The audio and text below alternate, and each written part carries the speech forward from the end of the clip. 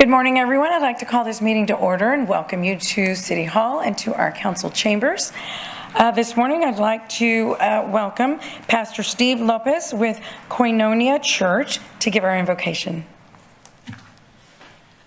Lord, we just thank you this morning for this blessed day. Lord, I pray your hand be upon all the proceedings here, Lord, over our mayor, our city council, Lord. We pray for your peace, Father, as we live in these divisive times, Lord.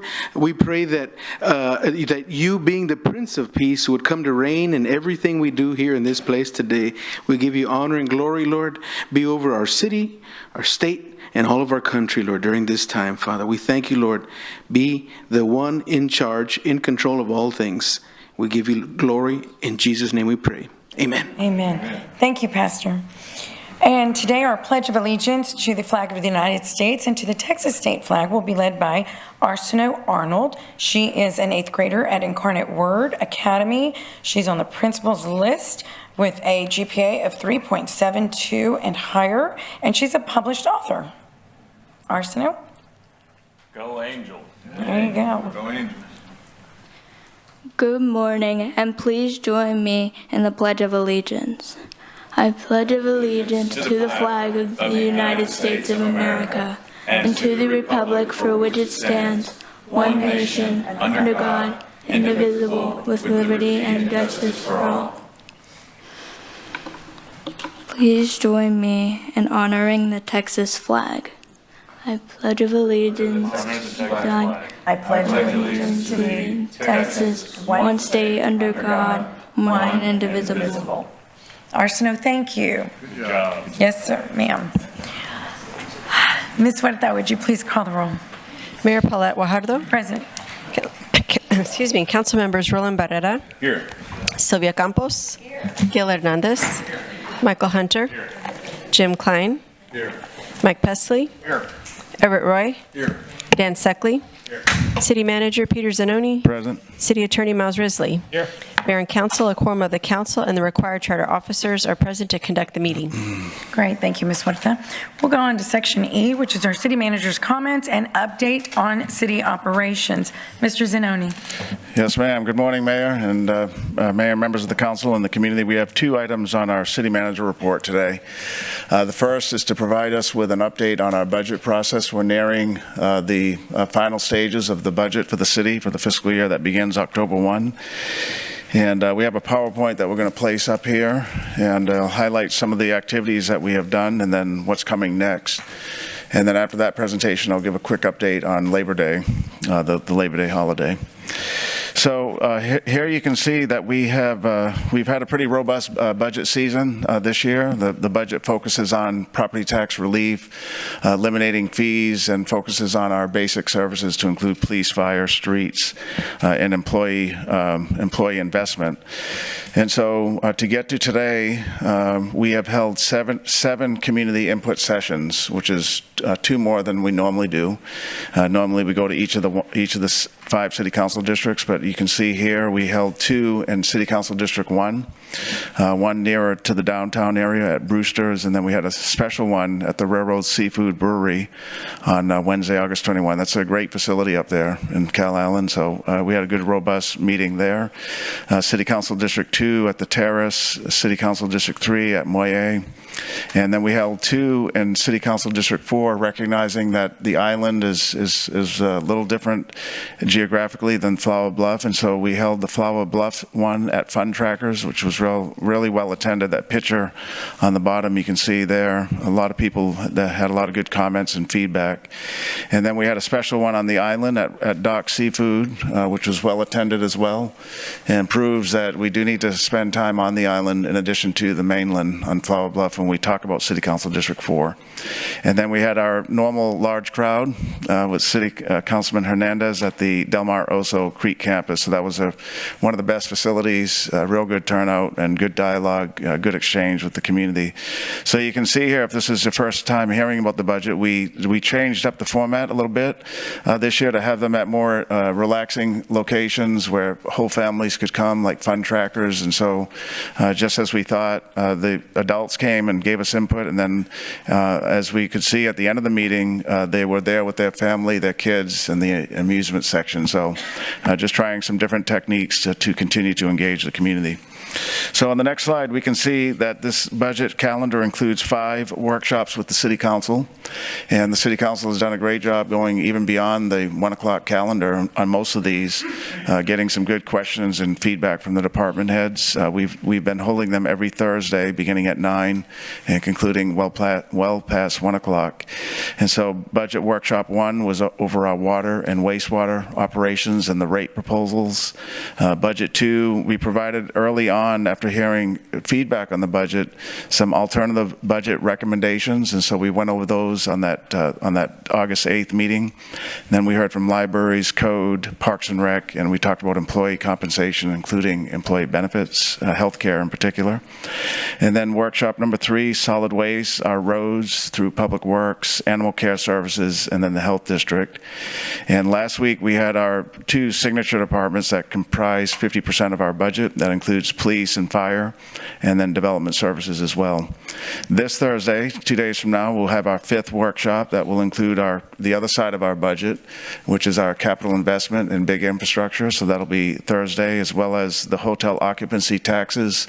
We'll talk about the recommendations for how those funds would be allocated, and we'll have Visit Corpus Christi's CEO Brett Otting will come in as well, and talk to the council about his initiatives for this coming year.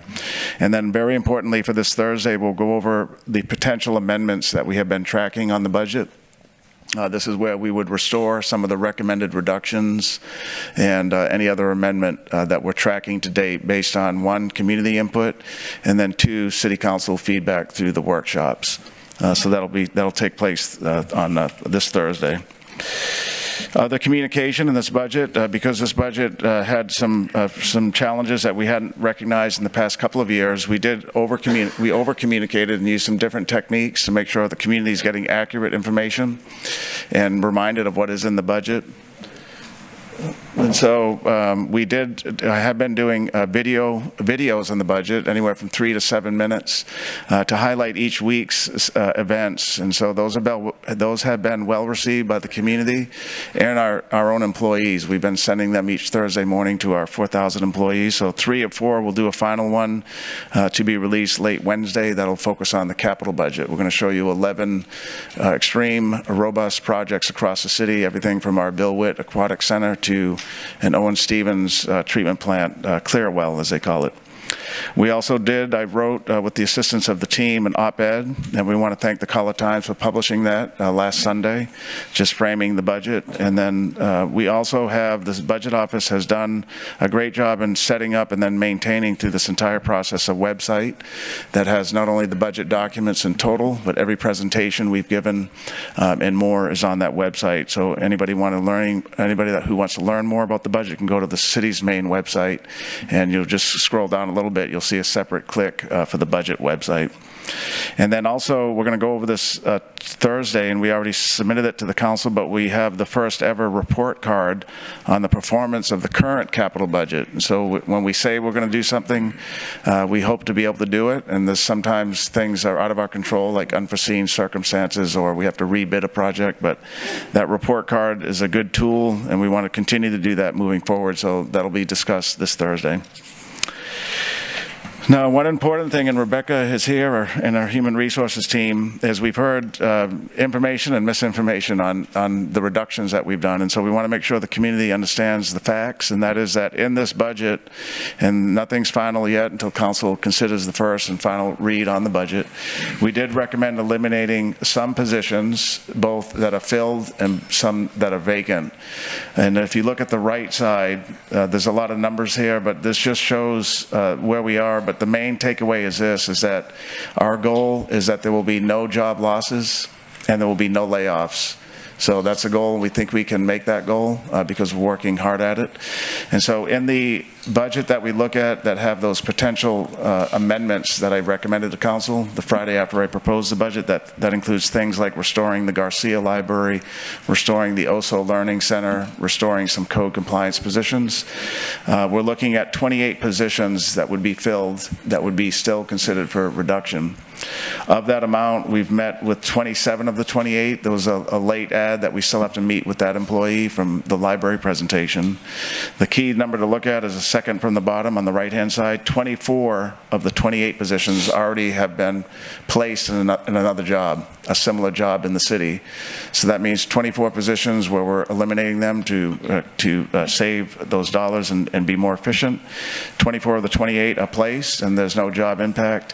4 we're still working with. All of those 4 are library-related positions, and it includes 2 library aides, 1 library assistant, and a custodian. So those types of jobs in our 4,000 jobs, of which we probably have 400 vacancies, will be easily placed. They're just waiting a little bit longer than the other employees to see what their options are. We have no reason to believe they won't be placed, and so once those 4 are placed, that would certainly meet the goal that no employee has been laid off, and there's definitely no job losses. This is called it being more efficient in how we deliver services, recognizing that if we eliminate a particular function, somebody in that function can easily do another job in the city and still stay with the city family. So this is an important thing to point out to the council and the community. Okay, and then finally, some key dates. We already talked about July 30th. That's when we presented the budget about 4 or 5 weeks ago. And then City Council set the maximum city property tax rate on August 13 pursuant to state law. And then finally, after this week, we have 2 more weeks. We have Tuesday, after the Labor Day holiday, will be the first reading on the budget and the first vote on the property tax rate. There'll also be required public hearings here in the City Council chambers on that date. And then the second reading and the adoption of the budget set for the week thereafter on September 10th. And that's where council will adopt the budget and the city property tax rate. And that's when the budget will be final. And that's when, and that budget will be for the fiscal year that begins October 1st. So, Mayor and Council and Community, that's a quick recap on the budget. Human Resources is here if we have any questions or if we want to go over any more on our goal of no layoffs and no job losses. Okay, great. Thank you, Okay. Peter. Yep, oh, hang on. Councilwoman Campos. Thank you, Mayor. Thank you, Peter. Did you say we do have HR here? Yes, we do. Would you like to speak with them? I just had a question about the trying to make sure that we have the correct fit for some of the employees that have lost their jobs, and I mean, well, or how should we phrase that? The position. I'm hearing that you're more concerned, it seems like you're more concerned with just the pay rate than just the actual job. Like I've heard like some individuals saying that they're at a certain level, but then when you come and offer their job, another job, it's the same amount of money, but it is really a demotion. How are you addressing that? So how we're addressing those, so that we do have individuals that are highly compensated and at different grades. And so when we're looking at positions, we look at their background and experience. So we look at their resume. Yes. And then from there, we look to see if they are a certain grade to a demotion. According to our RIF policy, we then look at there could be impact to pay. It's not necessarily going to happen, but there could be impact. And so once we do that, I then do a comparable. I look at the years of experience that they have. I look at other people that are in similar positions. And then after I do this, I then work with our legal counsel to look at, okay, here's what I'm looking, here's the data, here's what the data is showing me. Based on where they're currently at and where they fall within the new grade, I'm recommending a percentage increase of pay impact or none. So it really kind of just depends on where they fall within the new pay grade. Right, and I'm still hearing the same thing, that it's about the money. It's really not necessarily about the money, but where they're at and where they have, they've invested their lives here. They've been here for a long time. And then for HR to just say, okay, well, you know what, you're earning this amount of money, and it looks like you qualify for, a Well, that's not secretary actually or whatever. Actually, we present positions. So we present many positions to individuals. So there has been cases where there's only a few folks that are going to be impacted or may be impacted, that there's only so many that we could present to them because of them telling us, I'm only interested in doing X, Y, and Z. So in those cases, I can only present what's available in what they're looking for. But in other cases, we have provided several opportunities. We've given them the JAQ, and that we've had meetings with them one-on-one. So there's a lot of communication that we're doing with these individuals. It's not necessarily just looking at pay, but pay is a data point for us because we want to make sure they're not going to get that much of an impact if there's a pay reduction. Okay, so, but once an individual decides that they're, because of, financial reasons, they decide they're going to go ahead and accept the lower grade job, what do you do to, not forget about them, to say, okay, well, you know what, you actually qualify, there may be a vacancy in another month or maybe in 2 months. Is it up to them to say, you know what, I need to apply for that job? Or do you come back and say, you know what, you actually do qualify for this higher position, this, how do you address that? So once they're placed into their new position, we're considering them placed. If they have voluntarily accepted the new position, after that, they can still choose to apply for other positions if there's other positions that are open that they meet the qualifications for. So they do have that opportunity that even after the fact that other positions may open, they can actually then continue to do that. Okay, for example, just mind being patient here. Let's say you have a secretary and she really does qualify for being, I don't know, some high level, I don't know, what would be a high level position, like a... So there's like a senior management assistant, there could be a senior management analyst, there's administrative 3. But can you go from being a secretary to that position if you have accepted a lower grade? That's what I'm trying to figure out. Like, I just don't want these individuals ended up, at a place where they did not, they didn't go to school for, that, they're trying to still go up the ladder, but here we have this reductions and they're being forced to take a job that they are very overqualified for. That's why I'm trying to look out. Yeah, Councilwoman, she's going to answer the question, but nobody's forced to do anything, so they have a lot of choices, as Rebecca said. There's a lot of choices that we're providing. And it's the same people. Rebecca, who's helping, and her team, we know who the employees are, so it's not like they have to apply to another whole agency somewhere. Well, it's just... I think the answer is yes. We're mindful of... this is what I've heard from the public, so I'm just, raising that issue with you, so I appreciate that. All right. Yeah, and then just one other thing too. So most of what we do check the tenure of our employees. Most of them are in the 0 to 3 year range. Most of the 27 employees, they're not 30-year employees. So we check that as part of our budget development process. Most of the 27 employees who had an impact in their position are they're 0 to 3 or 3 to 5 years in tenure with the city. So we're not talking about career people here. Just to point that out as well. Some of them may be in that 20-year category, Rebecca? So we actually, there was a few folks that actually did have tenure. So we had maybe probably about 5 to 6 that did have 5+ years of experience. But with those, we were able to place them into similar roles or similar responsibilities that they are able to do and we're interested in doing. So we will present opportunities and they choose as to whether or not they're interested in wanting to then go through the interview process.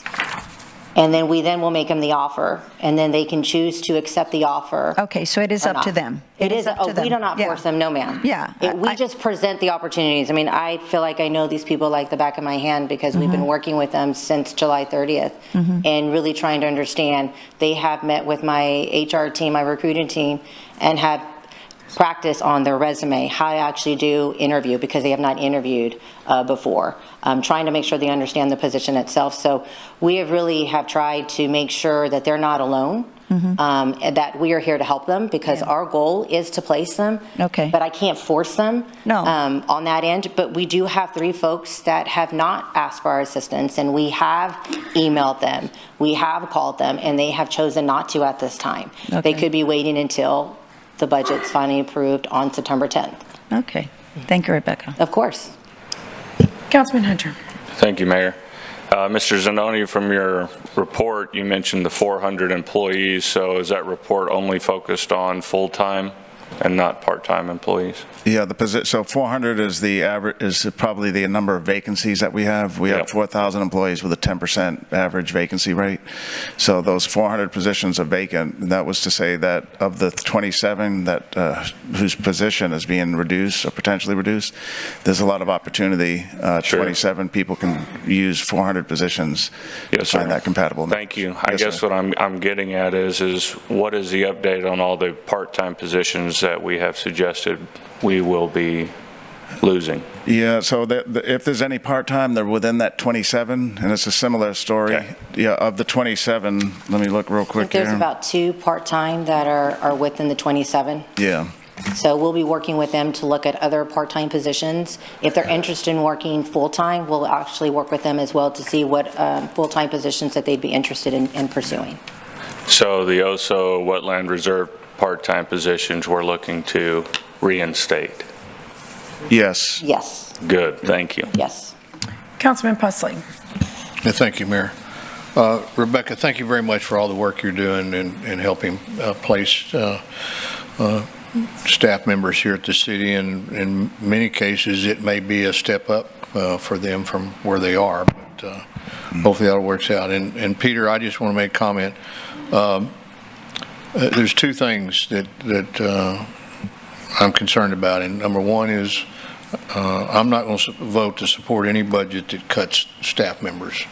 And number 2, I'm not going to vote to support any budget that cuts the progress that we have made in our code compliance department. I still think in this budget we have not looked hard enough at discretionary spending. I think there are many places in our budget where we have discretionary spending that we can look at for making cuts that are not going to impact employees or not going to impact some of the programs that we have worked really hard at putting forward. So those are just my comments. Yes, sir. Yeah, thank you, Councilman. Okay, thank you, Rebecca. Okay, great. Do you want to do I can do a quick update on Labor Day. Speaking of employees, so we do have a PowerPoint. We're going to put that up. So just some quick background. Labor Day is a way to acknowledge and tribute the country's workforce. It's a day to pay tribute to those who work in our community. It was first celebrated back in 1882, and then in 1894, the U.S. Congress passed a law making Labor Day a national holiday. So, as Councilman Pusley just said, we have employees there too, 4,000, and as the city manager, and I know the council, I'm speaking for the council as well, we want to thank those employees, all 4,000, for making this city a great place and for really impacting the quality of life of everyone who either lives there or who visits. It's really the employees that make that difference. So we want to encourage them to enjoy that Monday off. A few of us will be working on Monday, including, of course, our police and firefighters, and our solid waste crews will be working that day as well. But the majority of our employees will have that day off, and we encourage them to spend it with loved ones, to enjoy family time, hopefully enjoy some good barbecue, and if you have time, go check out our beautiful beaches as well. So, right, for Labor Day. So the city, we don't just take that day off. In fact, we're preparing now to make sure it's safe for everybody. In fact, this week, what we have been doing for the past 4 years at least is holding a logistics briefing that has close to 50 people, and that includes members from our own team, including our police and fire departments, our public works teams, our solid waste teams, stakeholders and partners, including from TxDOT, from Visit Corpus Christi, and from our downtown management district, and others as well. So that's a meeting that we'll have this week to make sure everybody knows what everybody's doing to ensure visitors and families that live here alike have a great 3-day weekend. Our focus, as it always has been in these types of holidays, is public safety, making sure we have beach safety and good beach maintenance, and then making sure we have a great visitor experience for those that may come here from out of town, and for our own residents as well. So we are focused on transportation as well, making sure our streets and roads are drivable and passable. We know there's major construction projects by the state and the city as well, and so we make sure that things are paused temporarily to accommodate large influxes of visitors. We track the number of vehicles that come over and return back over the JFK Causeway. And on average for the past 3 years, there's about 21,000 vehicles that go over that bridge each day, Friday and Saturday. Those are the heaviest days where people are coming in. And on average, I think it's like 5,000 on a normal business day. But so 21,000 is close to what we're going to be expecting these couple of days for this holiday weekend as well. So we do want to thank Visit Corpus Christi on our next slide. Brett Otting will be here Thursday, but he, his team, and our hoteliers that we have working relationships with do expect a pretty decent turnout at the city beaches and at our destinations, including the Texas State Aquarium, the USS Lexington Museum, our Museum of History and Science, the Art Museum, and then on top of that, there's some Hooks games this weekend as well, so get some season-ending baseball in as well if you have time this weekend. Downtown here on the seawall, we'll have another one of our continuing series. We call it See You on the Seawall music series, and that will be happening Saturday in the afternoon. It is sponsored by Visit Corpus Christi and our own Parks Department. There'll be live music there at Mirador number 6, 7, and at Water's Edge Park. And there'll be food trucks and vendors and artisans as well, and some lawn game activities. So if you have nothing else to do, that would be a great thing to do in the near downtown area. And then finally, just 2 slides here on what's open and what's closed. So there are certain things closed on Labor Day, including City Hall operations, so no first floor pay operation here. Our public libraries, municipal court, and health district will be closed. Our 311 call center will be closed. Animal care services, the main building's closed. However, officers will be available and on call to rescue animals that may become astray for one reason or another that weekend. Our transfer station that's heavily used to drop off bulky material and brush is closed on the Monday. The HEB Tennis Center will be closed, and then our senior centers and recreation centers will be closed on Monday, but we're making provisions for those individuals, the seniors at least, for take-home meals on Friday, so they'll have enough for Saturday, Sunday, and Monday as well.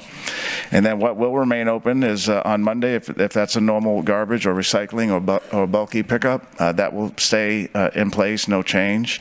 The El Cruz Tennis Center will be open. Our 2 golf courses will be open, the Lozano and the Oso Golf Course Center. The natatorium and our Collier Pool will be open. Our splash pads will be open, and I do want to give notice here that last week we talked about the ending of the summer season for pools and splash pads, and since that time our Parks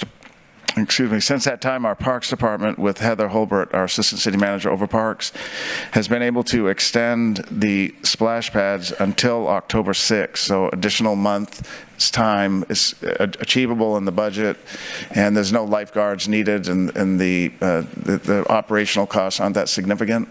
So we're going to keep those splash pads open since it's been extremely hot. And since they're still getting a lot of views, so they will stay open now. All the splash pads that you can see there's 5 of them, the Bill Witt, the Cole, the Lindale, Salinas, and West Haven, will stay open through October 6th, okay? So that's an important note. And then our Oso Bay Wetlands Preserve, the trail, and the playground will be open. Of course, the center is closed on that day, open on Tuesday, but the trail and playground will be open on that day. So that's a quick rundown. We just want to let the community know the city never really stops, and we're making sure that even during that 3-day holiday, our critical services are being offered, and also that this week, as well as probably many weeks leading up to this week, we've been preparing for this holiday to make sure visitors and the community has a great time here in our city. Great. So, Mayor. Thank you, Peter. Councilman Presley, do you have something? Or is that? Yeah. Sure, go ahead. Yep, Peter, and all that's great. I just want to say, unless my calendar is incorrect, we have a council meeting next Tuesday. We do, Councilman, you're right. Yeah, so we have Monday off, and then Tuesday we're coming in here, and that's in part based on Kevin Kieschnick's request.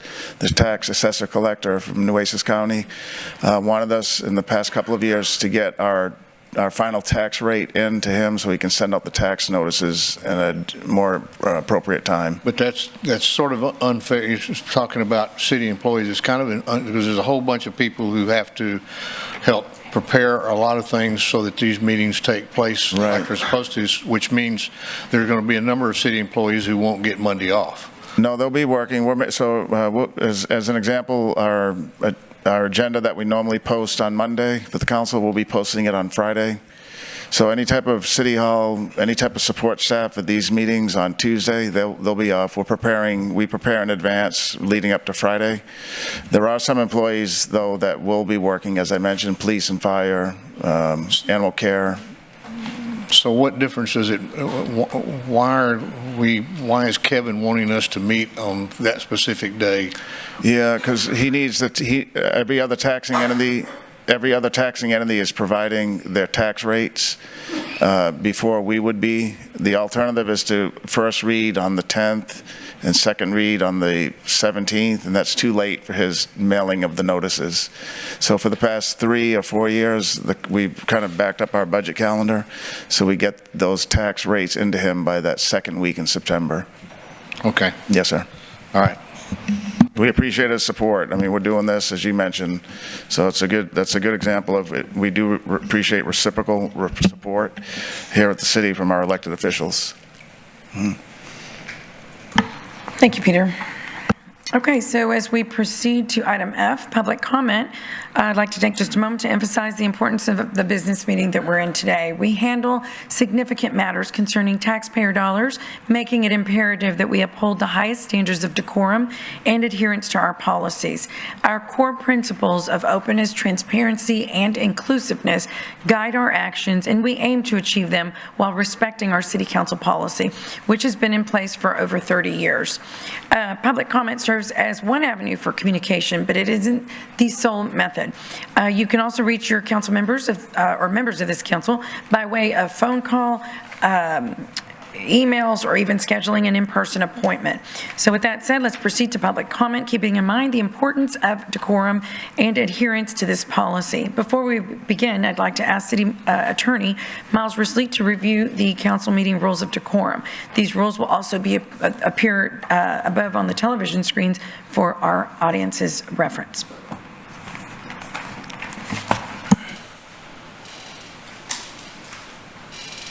All citizens must be courteous, polite, and respectful of one another, including the city council and city staff. The mayor and council members shall be referred to by title and/or title surname. All remarks must be addressed to the mayor and city council and not to the council members as individuals. Citizens are only permitted to speak on city-related subject matter. Speaking on any non-city related matter is prohibited. Loud, boisterous, profane, or obscene language or behavior is not allowed. Citizens must refrain from any disturbing noise, demonstration, or other act disrupting to the city council business. Thank you, Mr. Risley. So individuals will be called upon in the order they signed up electronically. We will first hear in-person comments, followed by virtual public comments. Residents of Corpus Christi will be given priority over non-residents. Please state your name and your address before beginning your comments. You have 2 opportunities to make public comment on an agenda item or city-related business.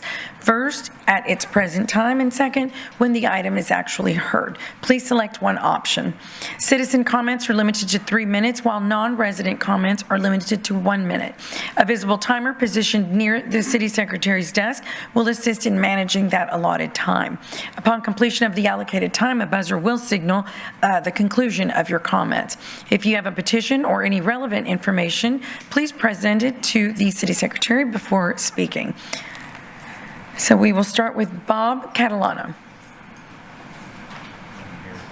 He's not. Is Bob here? Bob's what? Okay. So. Oh, okay. So we received an email saying that he and Ron Grapen were not going to be here today after all. So we'll skip on. I'm sorry, we're going to be meeting with them at their, several council members and myself will be meeting with them, I think, Wednesday night, right? Tomorrow night at their community meeting. Maybe that's why they decided not to. Okay, Yep. great. Mr. John Weber.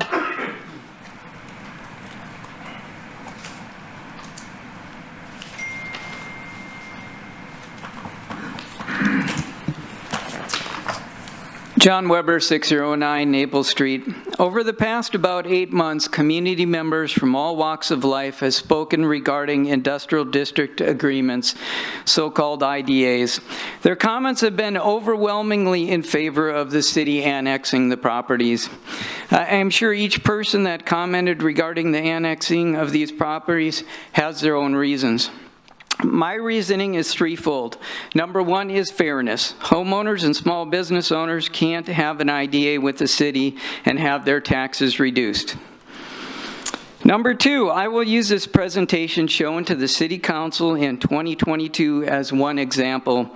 These are two separate revenue projections for the city. The top one is if the company were located outside the city limits or part of an IDA. The lower one is if the company were located within the city limits. The difference in revenue for the city is huge. I will zoom in on two lines. Most retail users of electricity located within the city limits are subject to sales tax and/or franchise fees. Look at your last electricity bill and you will find a charge for sales tax on the electricity you used. The money is remitted to the city from the electric company. The city has been complaining about reduced payments from sales tax remitted to the city. Part of this is because of the IDAs. Companies with IDAs aren't considered within the city limits and don't have to pay sales tax or franchise fees to the city. This is from the summary at the end of the presentation. $7 million a year is a lot of money, and I'm guessing it could fill many holes in the 2025 budget. Number three, by not annexing these IDAs, the city has been opening itself up to water rate appeals. These appeals force the city to hire outside attorneys at great cost to plead the city's case to the PUC. So besides giving the companies tax breaks, the city also has more legal expenses. If the city were to annex these companies, they could no longer appeal water rates. This alone could save the city $500,000 a year. The preferred alternative is not execute a new IDA and pursue annexation of the industrial district land. That's the one to vote for. As always, have a nice day. Thank you, Mr. Weber. Mr. Sean Flanagan.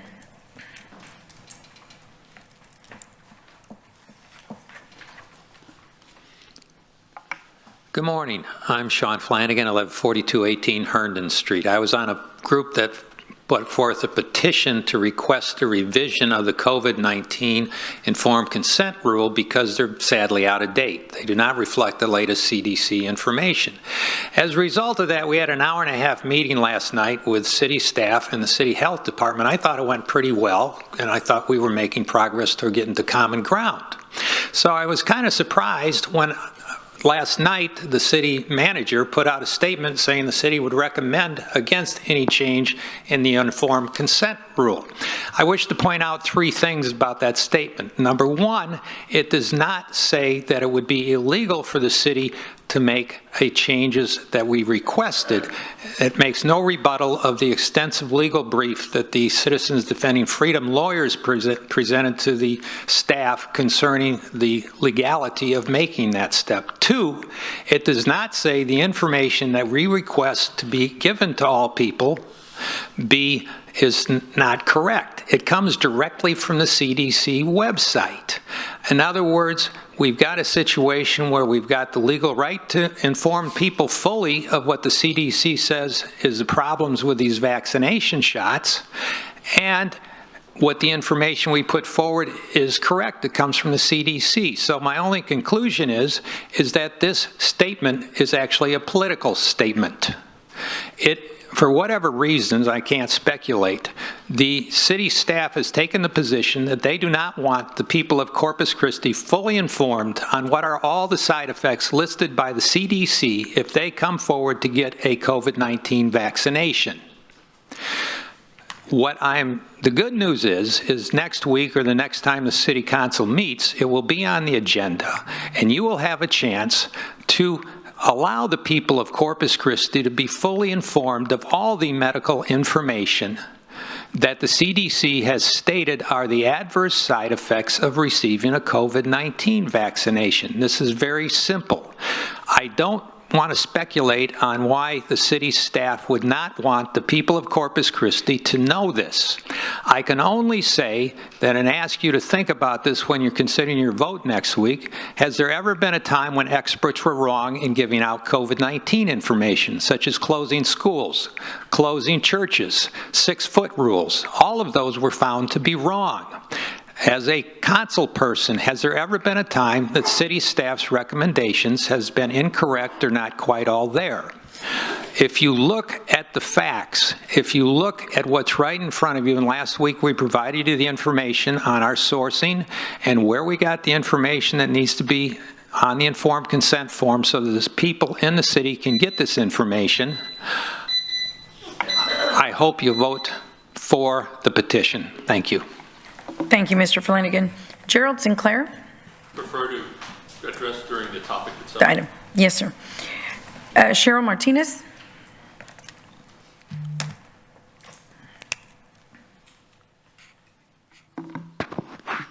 Good morning. Good afternoon. Cheryl Martinez, 326 Country Club Drive.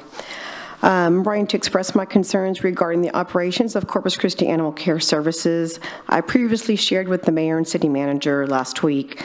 Following my concerns, I received a response from the Assistant Director of Animal Control stating that since the fixed costs do not increase and the kennels are always at capacity, variable costs like food are mostly stagnant, and the only ongoing costs are preventatives once a month. From a cost of care perspective, the length of stay has a counterintuitive effect on the budget. That was concerning to me, especially since it costs us about $25 a day for animals to remain at animal control. We have animals right now that have been there over 90 days. We have animals that have been there over 60 days. So another overlooked factor is behavioral concerns. Every time an animal is there, every day they're there, the stress does increase, and that can cause anxiety, it can cause aggression, and also extended stays can negatively impact the mental and physical health of the animals overall, and that contradicts the mission of providing humane care. The expansion of the live release team was a positive step, but effectiveness is the key. Proactive community programs should be managed by the marketing team, and you recently converted an animal control officer position to social media duties, and doing this, they could handle volunteers. I have offered suggestions to help with marketing and rehoming these animals, and I'm free of charge. Seeing animals there that long does cause concerns. Can we afford to continue these additional costs while maintaining 4 live relief staff members? Focusing on reducing the length of stay for animals would lessen the financial burden of taxpayers. Allocating staff time for adoption efforts rather than tasks suitable for volunteers would ensure more efficient use of city resources. It's troubling to see the animals remain in the facility for extended periods without proper promotion. I do not feel there has been proper promotion, and again, I'm willing to help at no charge. I believe this is a concern that's shared by many, and I also believe that many of you had complaints. I'm sure every council member has had complaints about packs of dogs killing other animals or roaming, but yet we're holding animals for 90 days and not properly promoting them. So that's why I'm here and willing to help. Thank you, Ms. Martinez. Susie Saldana?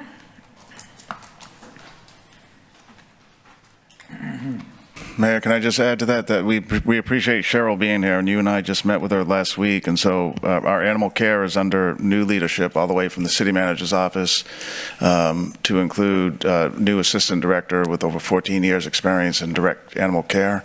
And so we know for this council and this community that is a laser focus of us here in the city, and we're working on improving all aspects of animal care services. Cheryl Martinez from the Cattery is one of our paid partners, and we do appreciate her being here today. From PAC, I'm sorry. And we do appreciate her being here today. We're going to be working closely with her. The food drive that we did this past Sunday began at 1 o'clock. People started lining up at 9 a.m. for some free food for their pets. The reason we continued with it, because the planning process had begun a year ago. It was a year long in the planning. We hated to cancel it when we had advertised about it. So we're reevaluating, is that something we normally do? Because we know we need to focus on the basics of animal care. So we do appreciate the comments this morning, and I just want to let the council know that it's something that we're focused on at all levels of operations in animal care. So, yes, ma'am. Thank you, Peter. Thank you, Cheryl. Ms. Saldana. Susie Luna Saldana, 4710 Hackle. I come before you with a couple of issues for you today. One, some of you seem to have been upset at some of my remarks last week. Let me tell you that I am very strong under quorum, and I follow your rules by using the name of the individual, not personally, but by title, which is exactly what I did. But I also want you to know one thing, that when I bring things before you, they're things that I know to be truth. They're things that I know that are happening. You might not like it and you might get really mad about it, but your job is to listen. That is what you got elected for, and then it is to make an intelligent decision based on what we provide. We, the public, who you serve. You serve us, we don't serve you. And let's make that implicitly clear. A couple of other issues that I want to talk to you about. One is concerning the vaccines. Let me tell you, no one has a right to tell us what to do and when to do it. So it is essential that you vote for the people's choice, not for a few people that want to do it. And the last thing is I heard that the port had removed the desalination plant and that they were concerned about the effects on the bay. I am in favor of desalination, but I want to make sure that we have the right location for it. So please take a look at that carefully as you make decisions going forward. Thank you for your time. Thank you, Ms. Saldana. Joshua De Leon.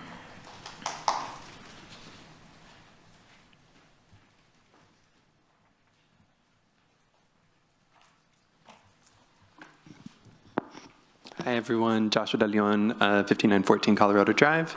I didn't bring any papers today because I felt like I was bombarding y'all with just documents and I didn't want to kill more trees. But y'all know what I'm here for, no smoking in parks. I don't want to continue to, I don't want y'all to get bored with me because I know that I come a lot and I don't want y'all to tune me out because I know that can happen when a person is just repeating themselves. But I just wanted to say, one, that I'm thankful for the people that I have met. I met with a little bit over half of y'all, and y'all are all in support of it. I do want to say that I got a call from your office, Mayor, and that was on me. I didn't get it in time, so I got a voicemail. So I would love to have that conversation with you. And also just have the conversation with the people who I haven't met. And you know who you are. Yes. Yeah, I appreciate y'all. Again, this is the conversation I want to have with y'all, not at y'all. So please, if you have any questions about no smoking in parks, the smoking prohibition ordinance amendment that I provided with y'all last time, I am here. Yeah. So thank you. Just reach out. Thank you. Appreciate it. Thank you. Heather Shields.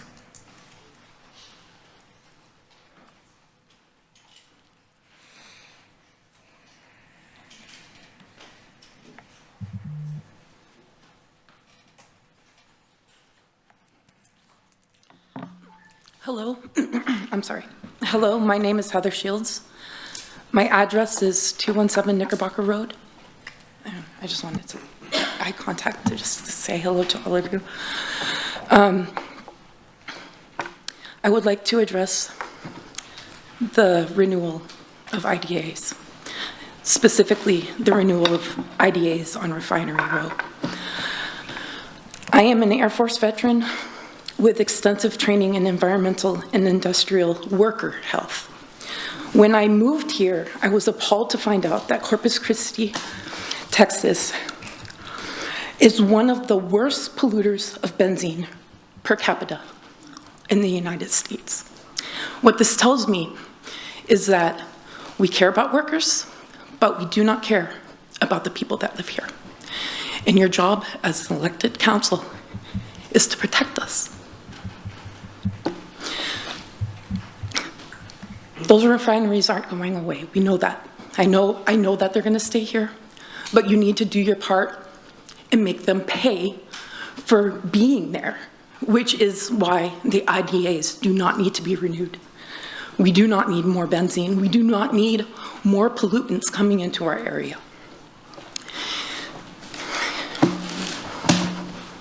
I just want to list some things for you right now. We need animal care. We need money for animal care services because there's wild packs of dogs running around right now that attack people and people are afraid to walk because there's packs of dogs running around. We need fire hydrants for the school that's out behind Robstown. You know which one I'm talking about, right? There's a school that's out there and you guys keep fighting over who has responsibility for it. It's a school. Sylvia, I have you.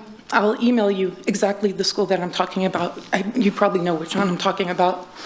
A school that doesn't have fire hydrants. And it's I'm so sorry. It's a Superfund site. So there's chemicals that are out there and that are permeated in the ground. So whenever it rains, those chemicals come up from the ground and there's a sheen. There's a sheen on the water in their yards. And you guys don't care about the fire hydrants. You're fighting over who has responsibility over it. That's a Nueces County thing or a Corpus Christi thing, so you guys kind of battle it out. So you need money for that. Streets and roads. And then you guys said no more layoffs, no more job losses, new pay raise for city manager. We all know about that, right? The new pay raise for city manager. Budget cut for next year to include pools, libraries, and more. Competitive pay for incoming employees. Now tell me, what would the IDA do to affect all of that? It would remove these clauses that say they only have to pay a small fund in exchange for not having to pay taxes. So I want you to listen to everyone that's here today because this is important.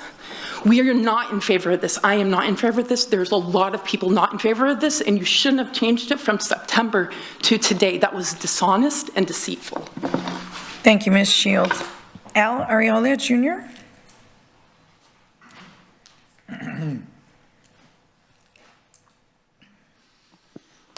Good afternoon. Al Ariola, Jr., 301 Louise Drive.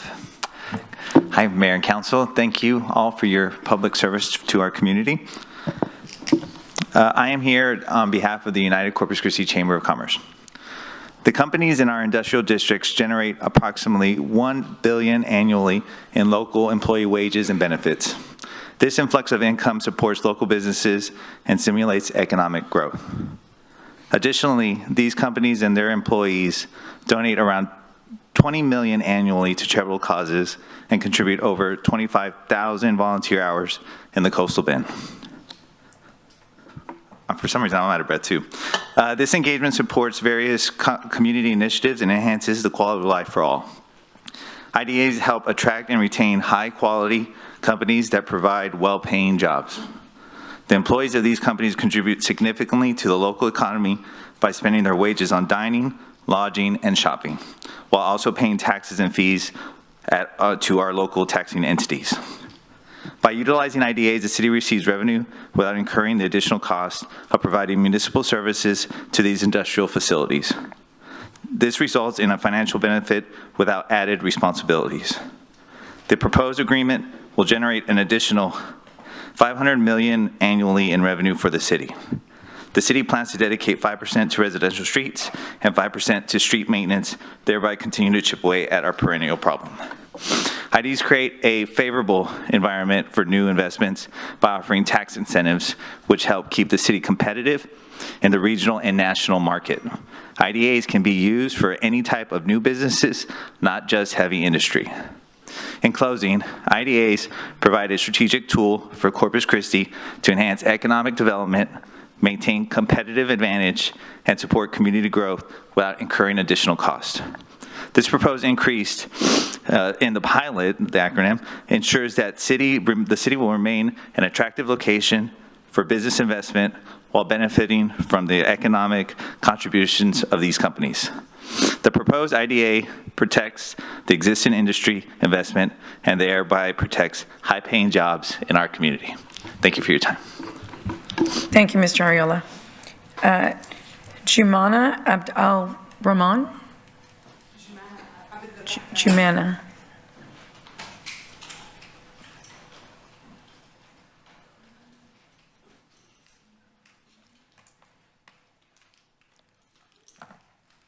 Hello, my name is Jumana Abd al-Rahman, 1948 South Padre Island Drive. I'm with the CCTX PSC, the Corpus Christi, Texas Palestinian Solidarity Community, and I'm here today to talk about the Industrial District Agreement that is now up for vote. It is abhorrent that it was implemented in the first place, enticing industry to Corpus Christi with low to no taxes, setting the precedent for a parasitic relationship with these industries. One in which the people and the land face all the consequences and fallout while lining the pockets of others in power. As Heather mentioned, Corpus Christi is the highest level of benzene pollution here. Here's the truth en masse, though. The top polluting refinery, Valero, has been perpetuating late-stage genocide to enable genocide abroad in Gaza, Palestine. Valero Corpus Christi has been refining the JP-8 jet fuel used by the Israeli military, tanks, their fighter jets, to bomb and kill Palestinians in their homes. What's left of them now? The rubble. 4 shipments have departed from the Valero Corpus Christi Bill Greehey refinery since the start of the genocide on October 7th of last year. To allow the industries to get away with paying taxes is another action of enabling genocide. I ask upon all members of this council, with any conscience, to annex the industries so at the very least they may pay taxes, as it is the very least the refinery road can do, is pay taxes after all the damage that they have brought upon not just the city, but the native lands here, and also to the indigenous Palestinians whose blood is in the cogs of this city and is soaked into the money that you get every paycheck. Our blood is in the money that you all get here. Oh, and the last guy that spoke before me, that was an industry plant. Thank you very much. Thank you, ma'am. Lamont Taylor.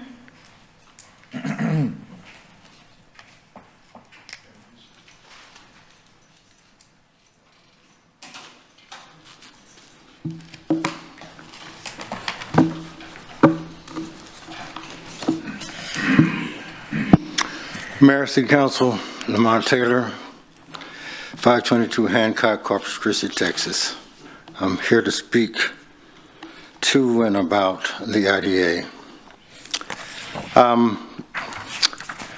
I'm echoing those things that have been said prior to because of 2 reasons for me who has lived on the fence line of Refinery Road, and also who have absorbed some of that benzene that has caused cancer and has hurt individuals such as me in the city of Corpus Christi. Now, I have, for the past, I guess, 5 years, been asking for just input in the process as a neighbor of the IDAs, the individual dust. I just want to make sure that when you amend this or approve this IDA, that you amend it and put definitions such as EIS, environmental justice, inside of those definitions, so that the companies that are in these IDAs know that there are people outside of the fence that are being impacted by what they produce. So I'm trying to get this input for the last 5 years, but now, to my surprise, that this particular document is for 15 years. So I've been trying for 5 to just get amendments in here, and this document is for 15 years. So in essence, that means that there's no transparency for individuals on the fence line that's going to be there, because I don't plan to leave Hillcrest. They're going to have to wheel me out. The next issue that I need to talk about, looking at my time, it's real going fast, is the budget. 5 years ago, the first budget that your city manager presented was to get rid of the EEOC and put that money into housing. and the homeless or the unhoused now. And so therefore, now 5 years later, you're getting rid of the budget in unhoused, reducing it so that now we have no impact. So in essence, I understand that you want to try to get grants and put it over into the COG, but in the meantime, these people are suffering, and no telling when you're going to get the grant money or when the COG is going to start working with the individuals that are impacted by this reduction. Thank you very much. Have a great day. Thank you, Mr. Taylor. Jason Hale.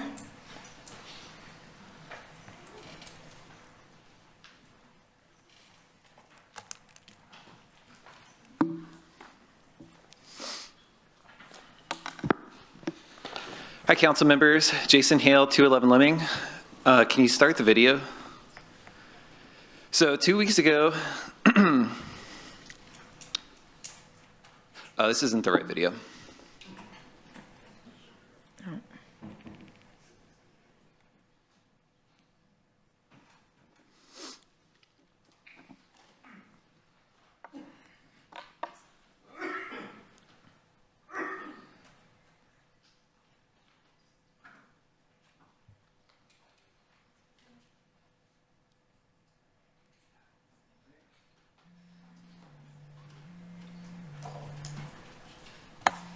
Mr. Hale, that was IT. They said that's the only video they have for you. Okay, I sent one yesterday and they approved it. I'm not sure they said that's the only one that they have in the files. I'm sorry. Then I'm not going to comment then. Thanks. Okay, thank you, Mr. Hale. I'm sorry about that. Is there a possibility it can be addressed before the end of the public comments? Yeah, Mr. Hale, if you can get the right one, and we still have several people, we can bring it back. Awesome, thank you. Sure. Jesus Soto.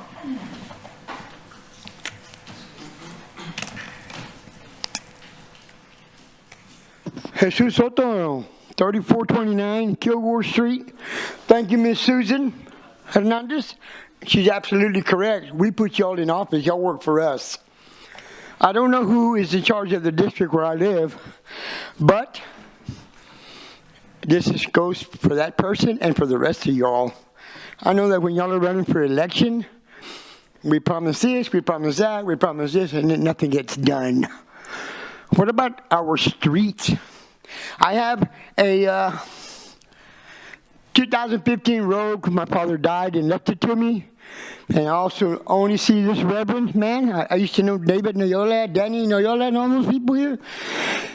My father left me a 2015 road in immaculate condition, and now it squeaks and squawks when I drive because of all the dirty potholes that are in the streets.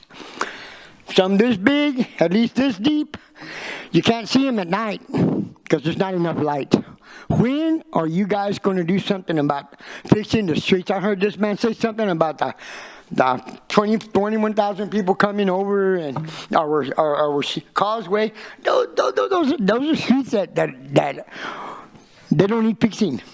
Fixing of the streets in this neighborhood. Go down the street in the back of Delmar College, and if you close your eyes and you drive down that street, you think you're on a boat of all the waves.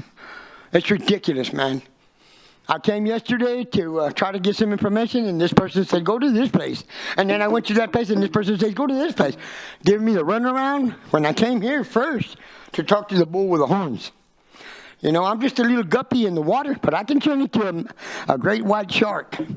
You know, I really can. My daddy ran for this position once, Jesse Soto, owner of April's Printing Company. He did a lot of printing for people like you. And when he died, where were they? They didn't even go pay their last respects to this old man who gave them printing at dirt price. Susie can tell you. I want to know, when are we going to get these streets fixed? It's ridiculous, guys. And they go and they put a little black top, and then the other part of the street starts breaking up.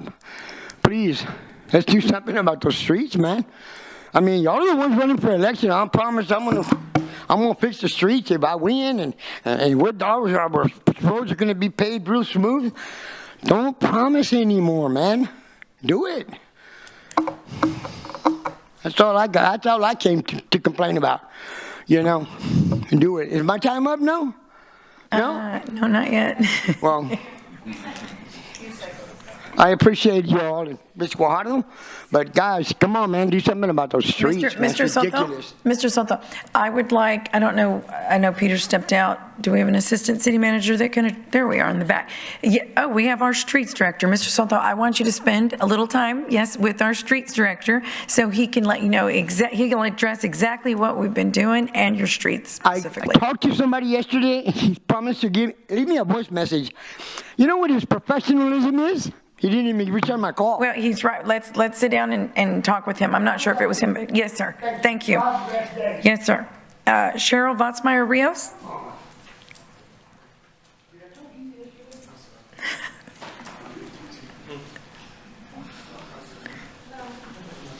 Good afternoon, Cheryl Vatsmeyer Rios, 901 North Upper Broadway, Corpus Christi, Texas, 78401.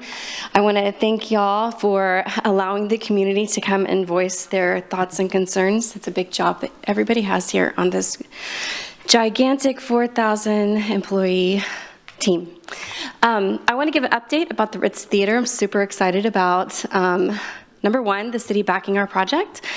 We were awarded a $230,000 grant by the Texas Historical Commission prior to after Hurricane Harvey, prior to coronavirus, and then we were matched by the Economic Development Corporation Type B. We have fulfilled that commitment as of March 31st, and we were reimbursed by the Texas Historical Commission in full amount. Very excited about this. So what we will be doing next is working on schematics for design of the building and also working on construction documents. And one of the other things we'll be doing, which is very exciting, is rebranding the Ritz Theater. A lot of people don't know about the Ritz Theater, have not visited, but it's going to be 100 years old in 2029. And so I'm really excited about this project moving forward. With our vision, we are hoping, without declaring that number, is to be completed with our project by 29 so we can celebrate the 100-year birthday. So the effect of the theater opening and what it will do for downtown is be an economic driver for downtown, reaching into our community and also the regions surrounding, and also really partnering with our stakeholders in downtown, which will help businesses on the outside of the Ritz wall. So I really am grateful to be here. I'm glad to share some sunshine today, and I hope you'll have a great day. Thank you, Cheryl, and thank you for working so hard to preserve that historic building. Adam Rios.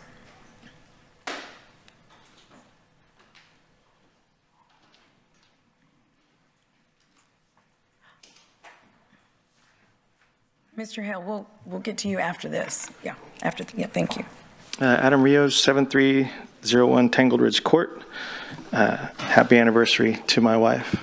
We decided to come to open comments on our anniversary. Oh, happy anniversary. If you could play the video. Shame on you. That's commitment, right? And I had a video that I was going to, I'm waiting for the video to play.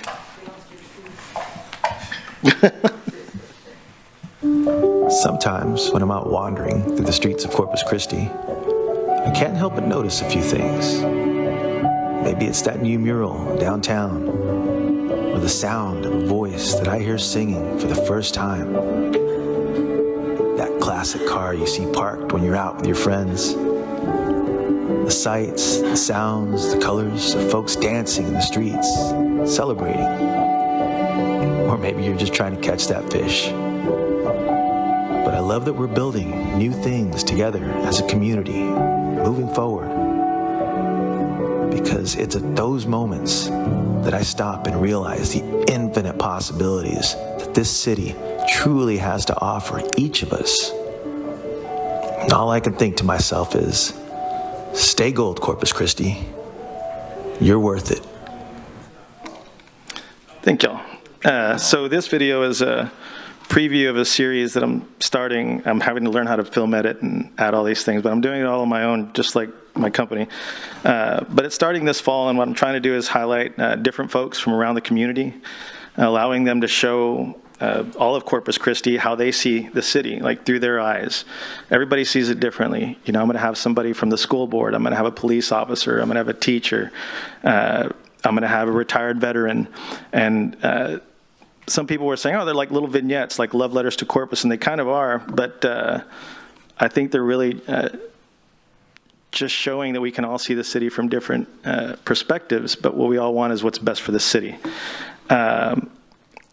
I'd also like to share that Hispanic Cultural Institute, I heard it mentioned last week, or at the last open comments, they're hosting something on September 5th, Para la Cultura, which is for the culture, and it's going to be at the HEB House off Ocean Drive. It's going to be showcasing the eclectic tapestries and clothing that is thriving locally here in South Texas. My company, Pony Boy Skate Company, has been invited to partake in that, and I'm really honored and excited to show what this community has to offer from as far as individual businesses. I think that they, along with me, that kind of continues the message of a community coming together to promote our city's culture.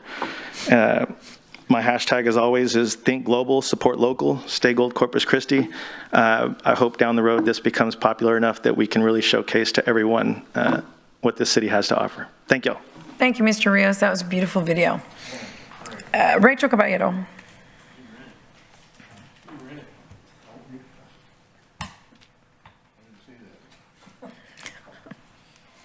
Well, the whole council.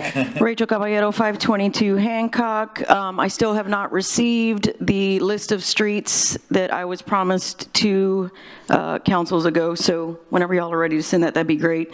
I see that the industry mouthpieces are here. We know you guys, we know who you are, so nothing new here. These negotiations should have been, for the IDAs, should have been handled openly with community input. The fact that you guys are doing this behind closed doors in executive session is not a surprise. Actually, it's part of the course for the behavior of the majority of this council. So we're not surprised. I'm speaking on behalf of myself, Mr. Errol Summerlin, and the Corpus Christi Taxpayers Association, president of the Corpus Christi Taxpayers Association, and your #1 candidate for the at-large ballot. 15 years, you guys are going to be obligating 7 future councils.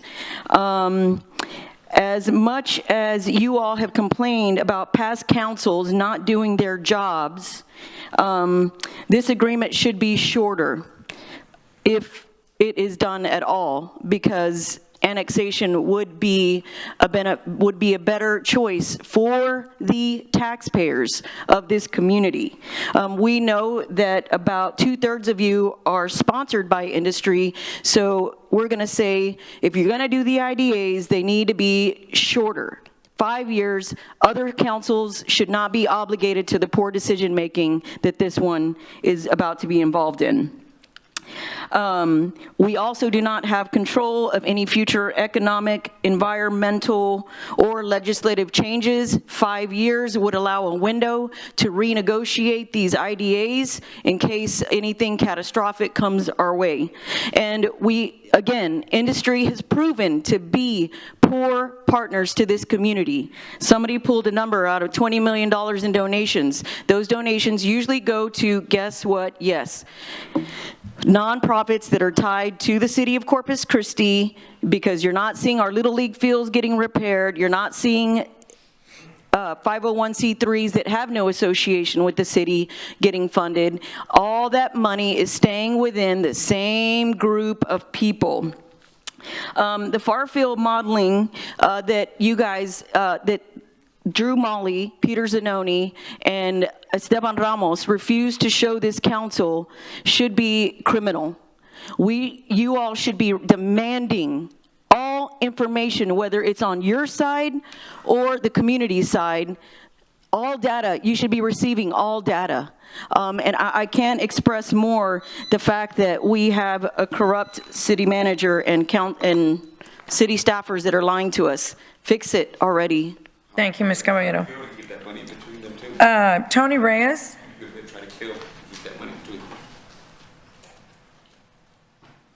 Good morning, Mayor and council members and City Manager. Our tagline is compassion, solution, and transition. And this September is going to be Suicide Prevention Month. And we're having an event that Drew Robinson, who used to be a baseball player for Texas Rangers, tried to commit suicide. Obviously, he wasn't successful, but he realized the importance of people, the importance of community, and he now is going to tell his story about the importance of community coming together. We have partnered up with MHID, also NAMI, and Family Services in this event, and trying to educate. This is an educational piece to help prevent suicides.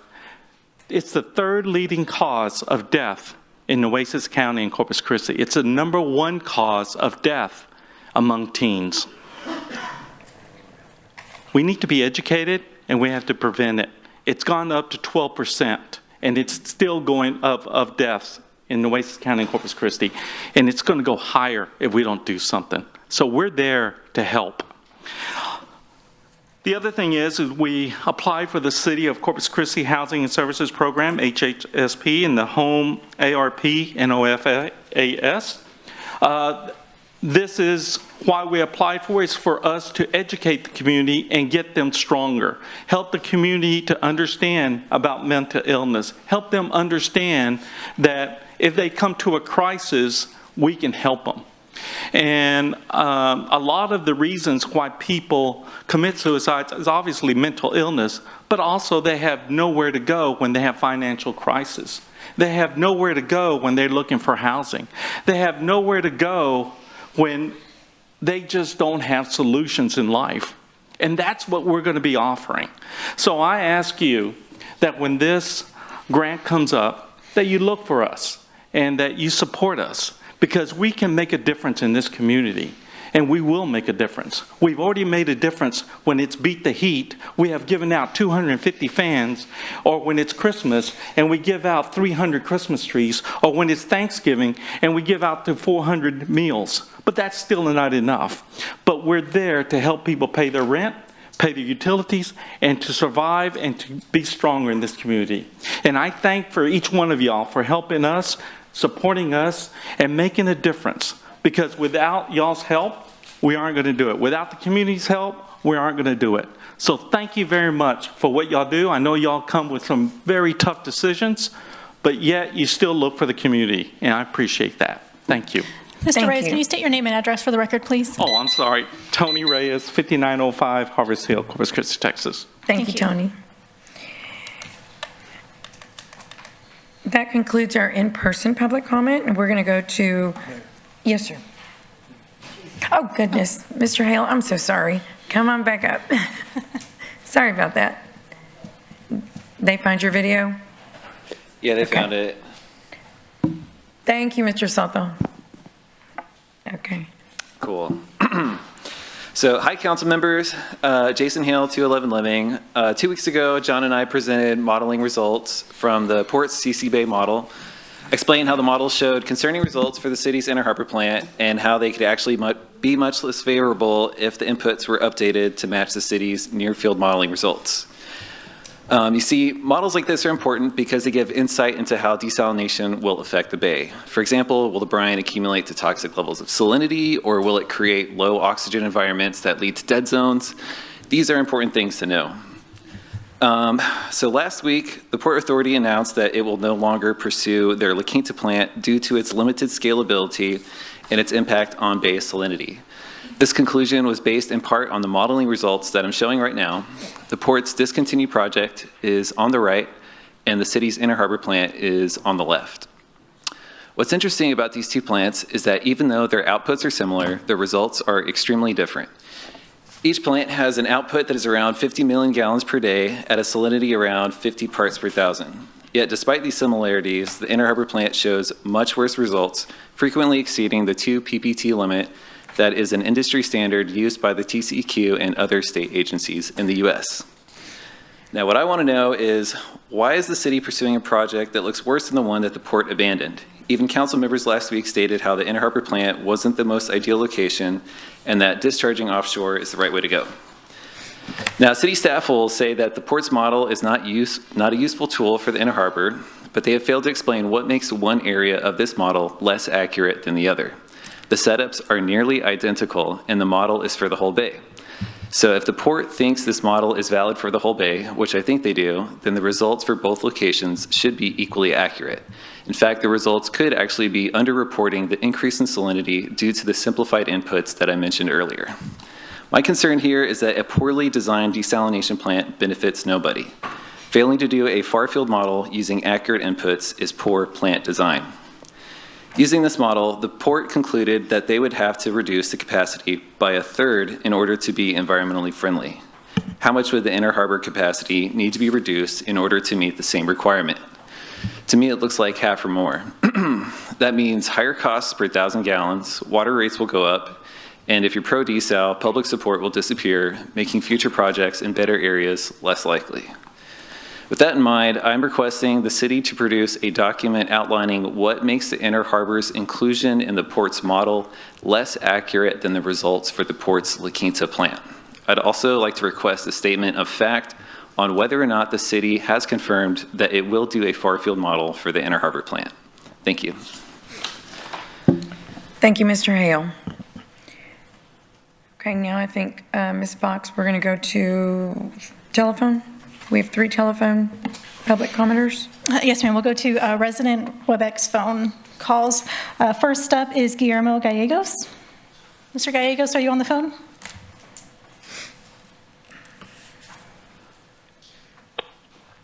Hello? Okay, if you can please state your name and address for the record, please. Okay, sorry. My name is Guillermo Gallegos, address 7621 Cedarbrook Drive. Am I good to go? You are. All right. I am giving a public comment today in favor of annexation. These industries do not pay anywhere close to their fair share of taxes, of water, of electricity, anything. We know these industries physically harm the environment, their workers, as well as the citizens who are unlucky enough to live close by. And not to mention, industry is not even our top employer. That's like teaching, healthcare, hospitality, tourism, things harmed by industry and pollution. While it was said that these companies give to charity, which is all well and good, charity is, at the end of the day, purely given based on the whims of the company. They could decide to stop giving to charity and we'd have no recourse. And not to mention, charity donations are tax deductible. Since we apparently need to have a balanced budget, and given how the initial budget had cuts to every department save for the police, we clearly need more money coming in. So let's get it, considering how much money Refinery Row has made off of us. Thank you. Thank you, Mr. Gallegos. Next up, we have Joseph Parker. Joseph, are you on the phone?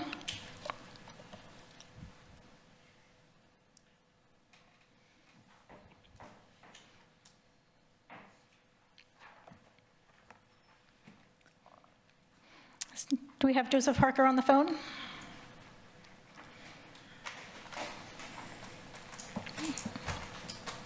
Okay, we'll move forward right now. If we get Mr. Parker back on the phone, we can come back to him. Next up is Eli McKay. Hi, can you hear me? Yes, we can hear you. Eli, go ahead and state your name and address and then begin your comment. Thank you. Hi, all. My name is Eli McKay, and like all of you, I live on the land of the Karankawa and Lippon Apache peoples at what is now called 1008 Marguerite Street in District 1. So I'm calling in today to speak on 2 items. The first is the blatant fiscal irresponsibility brought forward by 3 councilmen with item number 10. The resolution would authorize the Capital Improvements Advisory Committee to review extending the trust fund for future development versus transitioning to impact fees. This request shows that these 3 councilmen are making decisions based on the desires of a few and not what is best for our city. I don't think that they understand the scope of what the SEAC committee worked on with the city staff and Pape Dawson, or what it took to reach the recommendation of the transition to impact fees. They proposed spending taxpayer dollars to bring the committee back together to repeat the same conversations from earlier this year. As all of y'all know, I served on that committee and I was very engaged with the process. The committee reviewed the trust fund versus impact fee scenarios multiple times and voted to support the transition to impact fees, a decision that should not be taken lightly. The trust fund is an antiquated system that only funds 2 out of the 4 major infrastructure areas. It was designed to benefit a few and keep the competition out. It only benefits some and not all of our local developers and has caused reactive growth, stretching every city department to its capacity. Please stop wasting time. Approve the transition to impact fees and allow the city to indeed be open for business for new development. The trust fund has been a sweetheart deal for a few local developers, and from the comments today, we know we already have enough of those. I do want to touch briefly on item number 7 regarding the IDAs. The equivalent, the IDAs are the equivalent deal for our local industries. And I know someone mentioned it's not all oil and gas. There's a lot of industries, including Ponzi schemes with Bootstrap. It's ridiculous. I'm very, very concerned about the outcome of the negotiations that was shared in the agenda today. The proposed extension of the agreement from 10 years to 15 years is a big step in the wrong direction. This decision could potentially harm our city and offer little to no benefits for us. It's a great matter of urgency that all of the IDAs are tabled and sent back for further negotiation, or the best course of action for the future generations of Corpus Christi would be to annex them and ensure that they pay their fair share just like the rest of us do. Thank you for your time. All right, thank you, Ms. McKay. We'll now go to our resident video comments. And first up is Pam Sinclair.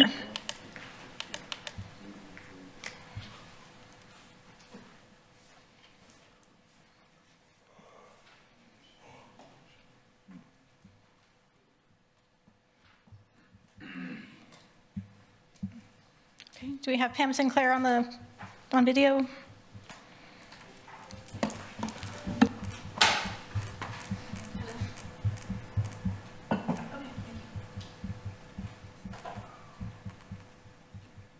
Okay, we do not have Pam Sinclair on the line, so next we will move to Lou Ludenstansky. That's right, Lou Ludenstansky, 14813 Leeward Drive. Thank you for an opportunity to address you today. I want to address the first 2 board and the conversation around approving responsibility for the seawall that's on today's agenda, topic 19. I watched the June 11th, 2004 TERS board meeting. It was excellent. I just want to have some comments relating to that. One is the seawall is a tourist and community destination that was properly pointed out, but it also enhances the storm mitigation from flood surges. So there's an important function it serves. It was funny. I really liked the councilman who enjoyed the beach for 3.5 decades, and mused that he didn't until recently know that it wasn't owned by the city. You might all find it interesting that the majority of the owners on the seawall don't understand that it belongs to them. Why? Because they have no say on who uses it. It's 100% accessible by the public. Just to answer one of the questions that was asked by one of the council members, the cost in 1980 of the Hurricane Allen repair was $1.4 million, and it took over 3 years. And it was funded by a special assessment to all of the owners. At a cost of tens of millions of dollars today, a similar situation would probably result in the thing never being carried on or repaired, which would be catastrophic for the island. The TERS 2 zone, I believe, is funded by local property owners through the property tax surcharges that were put in place when the Packery Channel was developed. The seawall is in desperate repair, need of repair today, and there are no funds for it. Believe it or not, no one has accrued anything from anywhere for any repair or maintenance costs for this property. The $15 million renovation from the TERS 2 fund, we believe has already been approved and announced to the people who are the taxpayers in that district. So if I understand everything properly, the measure on the ballot today is primarily to discuss, does the city take responsibility for the seawall? Not that it's going to be renovated, because we all assume that it is going to, since it was approved. I just want to remind everybody, because people talk about what does it mean, and the city council people brought up some great things. I mean, it's a long-term commitment, all these things, but the primary reason that we need to have this, as expressed by Jeff Edmonds, is we don't qualify for FEMA funds if something happens, and we can't qualify for FEMA funds unless the city takes over the responsibility for the seawall. There's been little or no maintenance to the seawall in 40 years. And yes, it's suffered over time, but the direct cost of the city over the next decade is not going to be significant relative to all the things that we do in beach maintenance and all those other things. So I think the ongoing expense will be rather minimal. The primary reason that we would like you to do this is to make sure that we have access to FEMA All right, funds. thank you, Mr. Lutnowski. That is your time for today. Thank you very much, and appreciate the time. Bye-bye. Okay, we'll now move to non-resident in-person comment.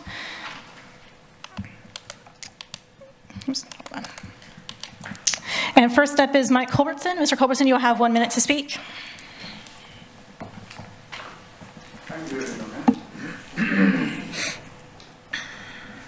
Hi, Mike Culbertson from your regional EDC. We're at 800 North Shoreline. If you've ever seen a picture of Corpus Christi, I work in that building. We care deeply about the future of the region, and we speak in favor of the new industrial agreement. Industry does pay taxes. It pays taxes without getting any services in the form of pilots, payment in lieu of taxes. This keeps the city from having to provide services to the area. If the city annexes these areas, they'd have to provide services. For every $1 in new taxes you get, you will spend $1.14 in services. I mean, through fire and roads and security and police. By having an agreement in place, the city also avoids the mess that both Del Mar College and Nueces County has found themselves in this year. They're in a bind for probable budget shortfall. I thank you and the staff for working together to this agreement so that we can all grow together. Thank you very much.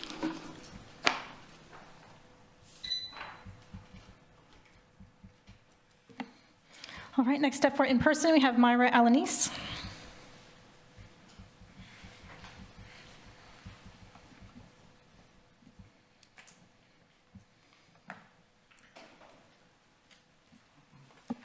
Thank you, Myra Alanis. I live on FM 1889, and it's a Robstown address. I have a question for you guys. What is y'all's position with Robstown Water District annexing property that borders the city of Corpus Christi? Are you aware of it? It's been pending since 2021. Anyway, think about it. They also filed notice with the, excuse me, with the San Patricio Drainage Commission, and I wonder why. That's concerning to most of us. But anyway, the 20% increase that you guys are getting on the IDAs today, that will not be sufficient in 10 years, and it will be even less deficient in 15 years. So that's something y'all need to consider. Thank you.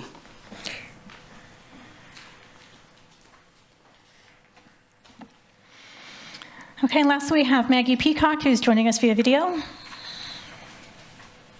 Hi, can y'all hear me? We can, and Maggie, go ahead. Maggie Peacock, 4407 Southeast 28th Avenue.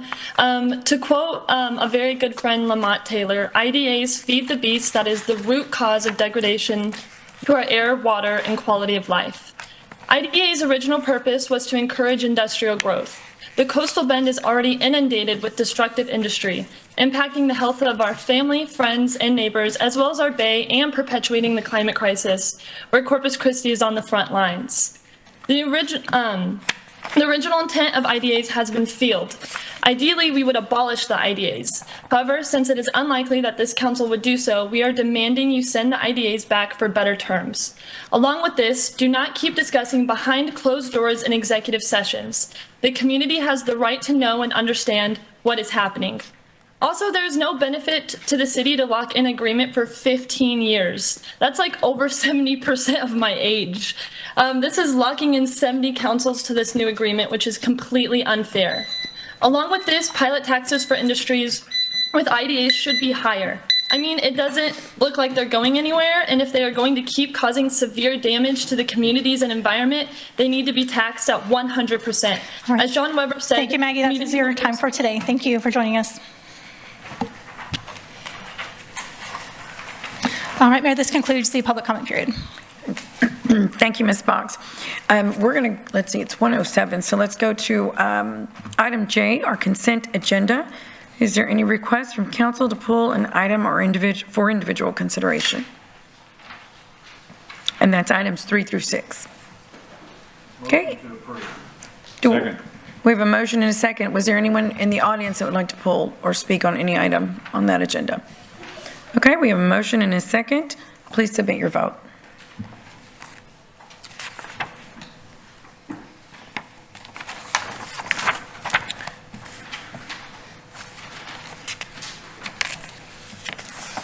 Okay, the motion carries. What I'd like to do now is pull item number 9. This is a motion authorizing execution of all documents necessary to acquire property interests necessary for the city to accept legal responsibility, improve and maintain the Michael J. Ellis seawall on North Padre Island, which will be dedicated to the city at no cost. Good afternoon, Mayor, council members. Thanks for accelerating the item for me. Jeff Edmonds, Director of Engineering Services. This item is related to the North Padre Island seawall, more appropriately known as the Michael J. Ellis seawall. In 2011, the beach and seawall were renamed in honor of Island Moon founder Michael J. Ellis after his death. I think everybody's familiar with this. We reviewed this in June at the TERS meeting. There was also a public town hall meeting that we conducted in April on this. Where we're at today is that staff did not want to commit significant resources to this project until we were sure that the owners were willing to cooperate with the dedication of the required easements. We think we've achieved that at this point. And there's actually been another one that came in Friday after the agenda published. Let's go to the next slide. There's there we go. So we've got all of these letters of intent. This was something we came up with to try and indicate their willingness to dedicate these easements at no cost. And there were some terms that were negotiated with attorneys representing various of the property owners. And we came up with kind of a standard template that everyone except one of the property owners has signed.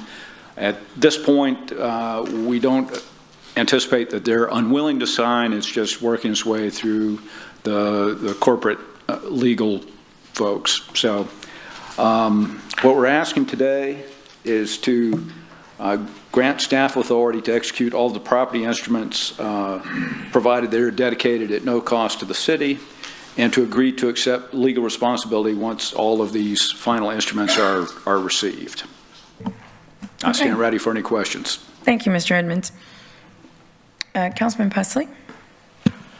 So we now have all the property owners' agreements, or your maps showed one it was not colored in? That's Axis Capital, and that's represented by Charles Duffley, and we've communicated with him multiple times. He says they're willing. He's just working with their corporate attorneys.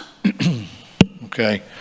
So I was reading through the documents submitted to us for this agenda item, and it basically states that we've been informed with experts that we are going to have coverage, or we think we will have coverage from FEMA if there's any incidents in the future where the seawall and associated concrete receives damage. But we don't know that for sure. Well, unfortunately, FEMA doesn't give you any guarantees, as we've learned the hard way with the Packery Channel. So we're trying to preemptively remove those barriers. Okay. So the first criteria is it has to be our legal responsibility. If we don't have that, we don't get out of the starting gates. Yeah. The second thing is we want to make sure that FEMA does not try to classify this as a flood control work. And I personally do not believe it meets the standards from the Army Corps of Engineers of being a flood control work. I realize there may be some flood control benefits from it. It's really more of a retaining wall is the way I look at it. And we're going to get our IGR folks to help us also get a negative determination from the Army Corps of Engineers and NRCS that, no, this does not satisfy the Army Corps of Engineers definition as a flood control work. Okay. So if we can remove those obstacles, I think there's a very good chance if it's damaged in the future, you get a presidential disaster declaration, we will be eligible for FEMA PA. Okay, good. Yeah. All right. I think it's a great project, and thank you for all your hard work on this. So thank you. Yeah, Jeff, thank you. I know it's been very difficult to get signatures from multiple is probably an understatement. Is it hundreds of property owners?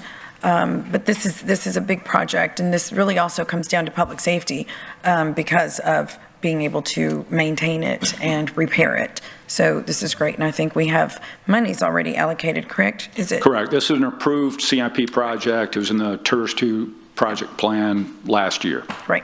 Great. Thank you. Councilman Suckley. Thank you, Mayor. Yes, thanks, Jeff, for all yours and your staff's efforts to get us to this point. With respect to that last remaining property owner, Charles Duffley, I've actually been in contact with him again in the last 24 hours, and he assured me one of his partners is out of town until tomorrow, but they're supportive of this. So that should just be imminent that we have that one as well. So I think there might be a couple of folks here that may want to make public comment, Mayor. Yes, we do have that. Yeah, thank you. Councilman Klein. Thank you, Mayor. Jeff, thanks for the presentation. I'm going to rain on the parade. I have a lot of concerns about the city taking on still more infrastructure from private interests. It was built by private interests for the benefit of private interests, and now taking that on, the responsibility long term. It's a different issue than using TERS money for this. We've done that in the past, provided that funding for private interest if we think it's going to help to benefit the value of properties in the area. This is a much longer term commitment. I think we're already struggling to master and maintain our existing infrastructure. This is going to be, I fear, a very costly expense, if not right now, down the road as we move further and further into the 21st century. Thank you. Motion to approve. Okay, we have a motion. Second. And we have a second. I'm going to go ahead and open public hearing. Mr. Sinclair, I believe you wanted to speak on this item.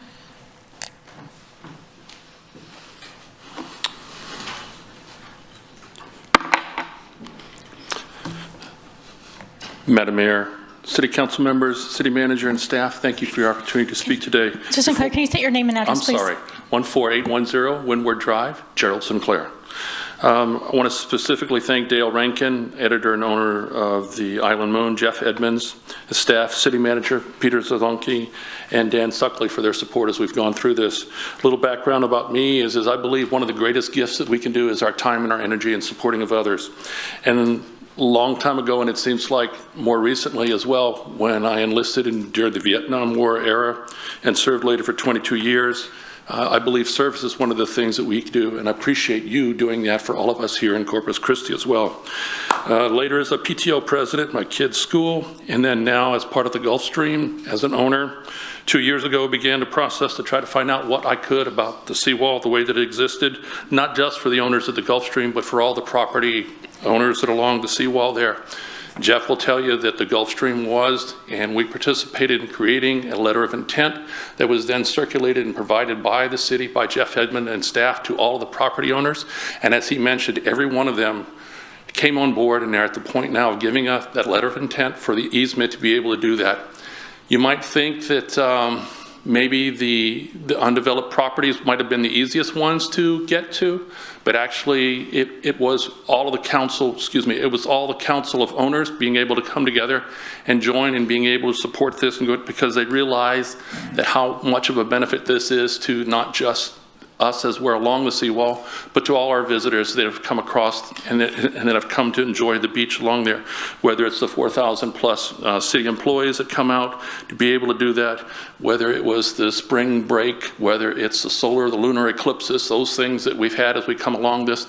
This is a big draw for the community. It is a big draw for the city of Corpus Christi to be able to have this seawall as an area for people to come out and enjoy the beach and have that as a recreation area and just take a break where memories can be made. The other day in walking this seawall, I observed a couple on the beach. She was in her long dress, he was in a pair of pants and a white shirt. They had a camera on a tripod and they were taking a picture of themselves with regards to the beach and going through there. I think there's a lot of other benefit to being able to have this as a draw for people that come to us, to come to Corpus Christi, from not just here locally, but from around the world to be able to enjoy this. Again, I believe strongly in this particular project, and I look forward to you to be able to support this as the best way to go forward to serve Corpus Christi. Thank you very much. Thank you, Mr. Sinclair. Is there anyone else that would like to speak? Mr. Rankin?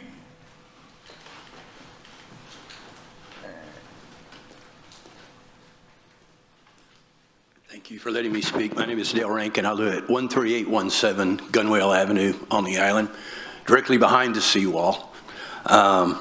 Whether it would protect me in a flood or not, I'll leave to the city staff. I won't repeat what's been said here, but the last development on the seawall was in 1983. And one of the problems that developers have run into is that as they've come in and looked at investing on the seawall is first funding for the long-term health, and that's addressed in the item that's before you today. It is a public entity, and it is in keeping with city policy to use TERS money to fund amenities that are open to the public. The second problem that's flown under the radar a little bit is when an investor comes in, the interest along the seawall is divided among the people who own the land behind it. There is no requirement in the deed covenants or restrictions for those property owners to repair their portion of the seawall if it's knocked down by hurricane. So if you're coming in looking to do a substantial investment on the seawall, you're looking at the possibility of having a damaged seawall across your property line that doesn't get repaired, and all of the implications that come with that for the Open Beaches Act and the city easements and the state interests that come into play. This item you have before you today addresses not only the funding, but it addresses that second issue, which has been a huge impediment to getting anything done there. So I won't take up your time. I encourage you to support it. I think it's a good thing for the island, and thank you. Thank you, Mr. Rankin. Is there anyone else that would like to make comment on item number 9? Okay, there being no one, we will close public hearing. We have a motion and a second. Oh, Councilman Suckley, I'm sorry. Go right ahead. Yeah, thanks, Mayor. Just one last thing. Thank you for all the support and coming down here today to speak. But to Mr. Rankin's point a minute ago about the lack of development on the seawall, nothing having gone out there for 40 years now is pretty amazing. But there's actually 2 projects out there that are under design at this point. And so, I don't know whether the forward progress we've made on finding a solution for the seawall has helped that. I think it probably has. But I think the future of the seawall in that area is very, very bright, and this is a piece of it. So, thank you. Thank you, Councilman. Please submit your vote.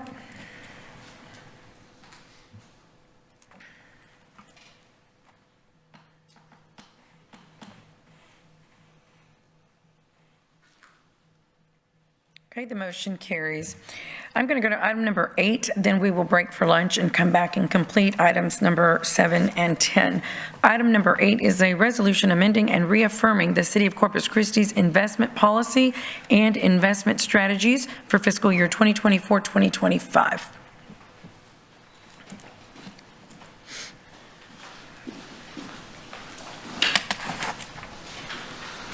Sergio Villasana, Director of Finance.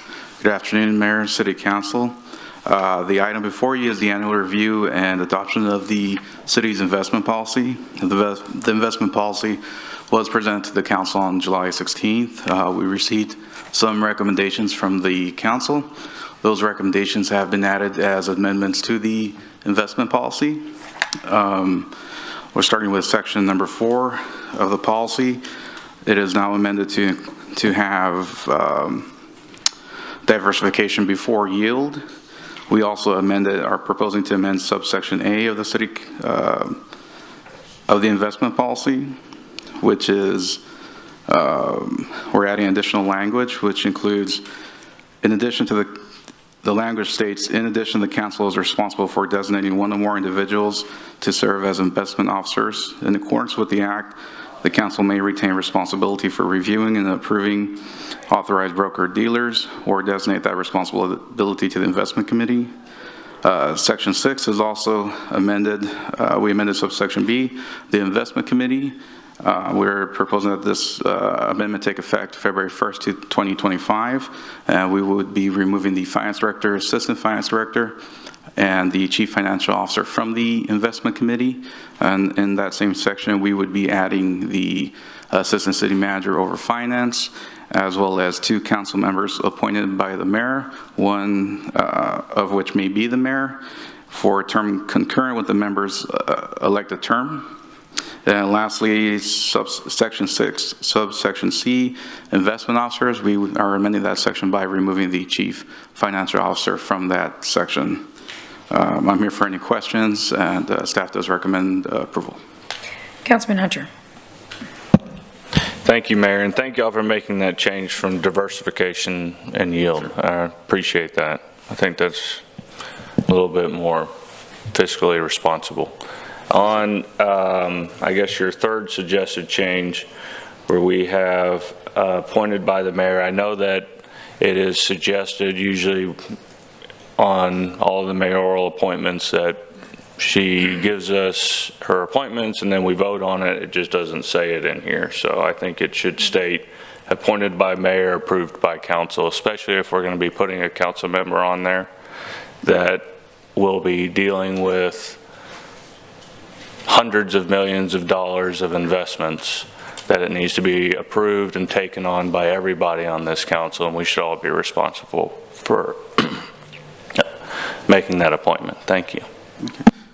We'll work with legal to see if the proper language for them. We need that language. Okay. Well, I think it's similar, the EDC, where I appoint, but then it's confirmed with, or maybe the Cultural Arts Committee. I think he's referring to. I think there's some appointments, maybe, I was checking with Miles there, I'm not sure if all the mayoral appointments are confirmed by the city council. We're supportive of either way. Yeah, whatever the council desires. The key thing here was brought to us by Councilman Pusley in the most recent meeting, which was, can we have some council members on the committee? And we looked and we said, sure. So the council can amend this recommendation by staff. We thought the mayor and a council member or 2 council members at the mayor's desire. And you could have the whole council confirm that as well. Okay. The meetings are quarterly. And so the council would be there, the 2 council members would be there in those meetings. Right. Thank you. Councilman Pusley. Yeah, thank you, Mayor. I agree with Councilman Hunter.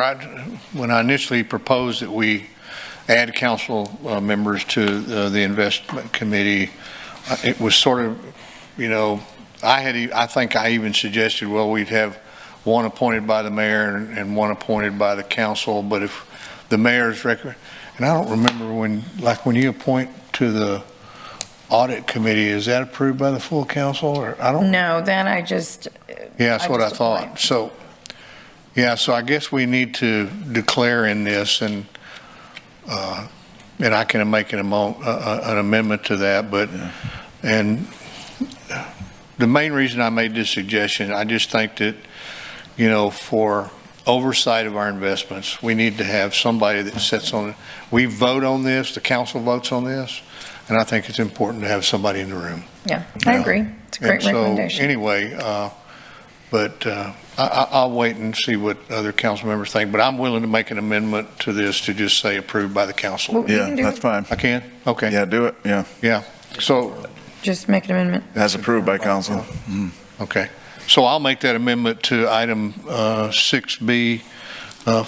First of all, we'll do this motion second for the, I'd like to make an amendment to this policy for item 6B, that it be changed to include confirmed by the council, full council. Second.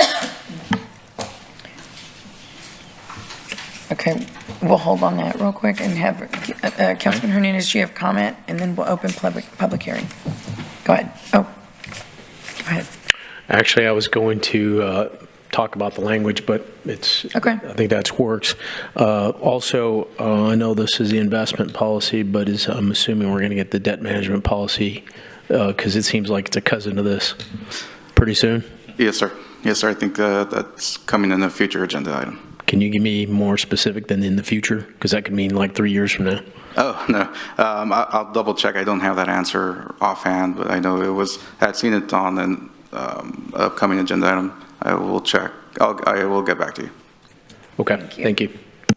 Okay, so I'm going to go ahead and open public hearing. Is there anyone in the audience that would like to make comment on item number 8? Okay, there being no one, we'll close public hearing. We have a motion and a second. Please submit your vote. And just to clarify, this is we have to vote up to approve the amendment first? Yes. Right. And this is to bring it back for confirmation. Appointed by the mayor, but confirmed by the council.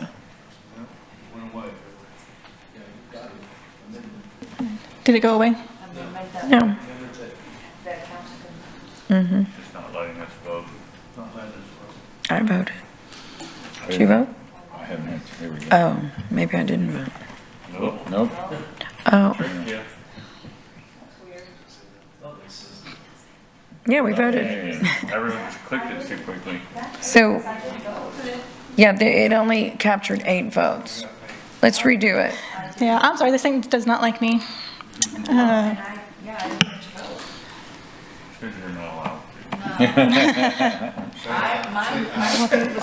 Yeah, there you go. Can she say, oh, there we go. Thank you. That is weird. Okay. Here we go. Okay, the There motion we go. carries. Thank you, Mayor. Thank you all. Oh, we have one more motion, right? Sorry.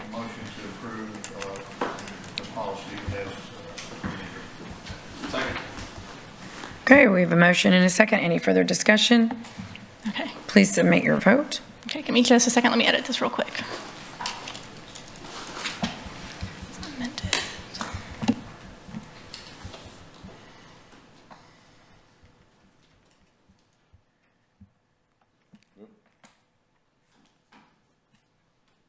Nope, that's not it either. There we go. Uh-oh. Uh-oh.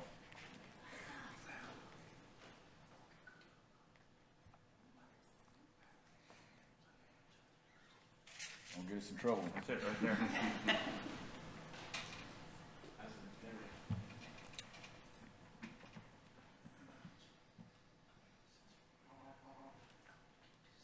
The motion carries. Okay, so at this time, we are going to recess for lunch. When we return, we will hear item number 7 first, and then item number 10. The council will go into executive session on items 11 and 12 per Texas Government Code Section 551.071, 551.074, and 551.087. We will return.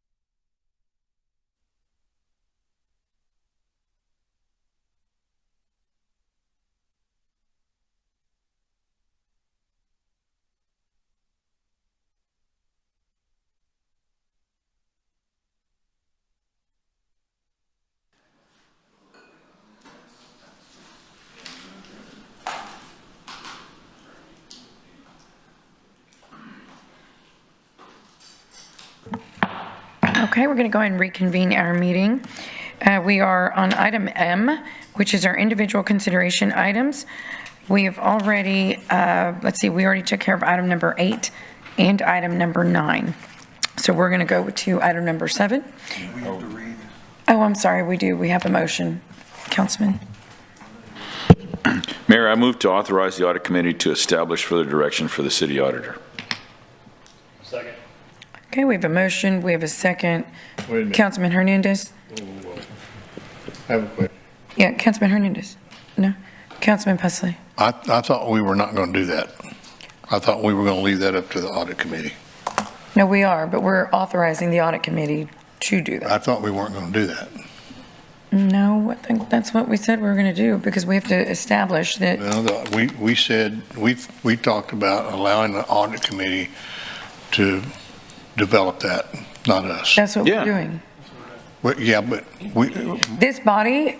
we don't have to take a motion to do that. The audit committee is within their full authority to do that. Well, I Right, think it Miles? defines, I think it just defines that this body is in agreement that the audit committee can move forward and then come back to this Is that body. not what we said? It's fine. It's fine. You all right? We're fine. How did you understand it, Gil? It's fine. The way we're doing is fine. I know, but how did you understand it? I understood that you wanted to have this in motion to authorize the audit committee. Right. And I'm okay. Right, we're accomplishing, I think, the same thing. The body is making it, known that we are in agreement, but. If you're good with it, Okay. Okay, we have a motion and a second. Okay, please submit your vote.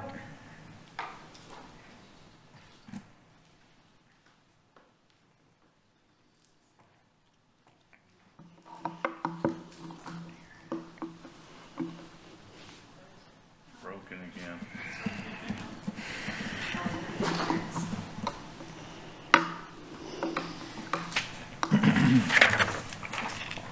All right, Gil, don't screw it up. Yeah, I know, right? Okay, the motion carries. So now we are going to section M, individual consideration items. Item number 7 is an ordinance authorizing execution of new 15-year industrial district agreements. Yes, ma'am. I make a motion to annex 1, 2, and 4 districts 1, 2, and 4. Second.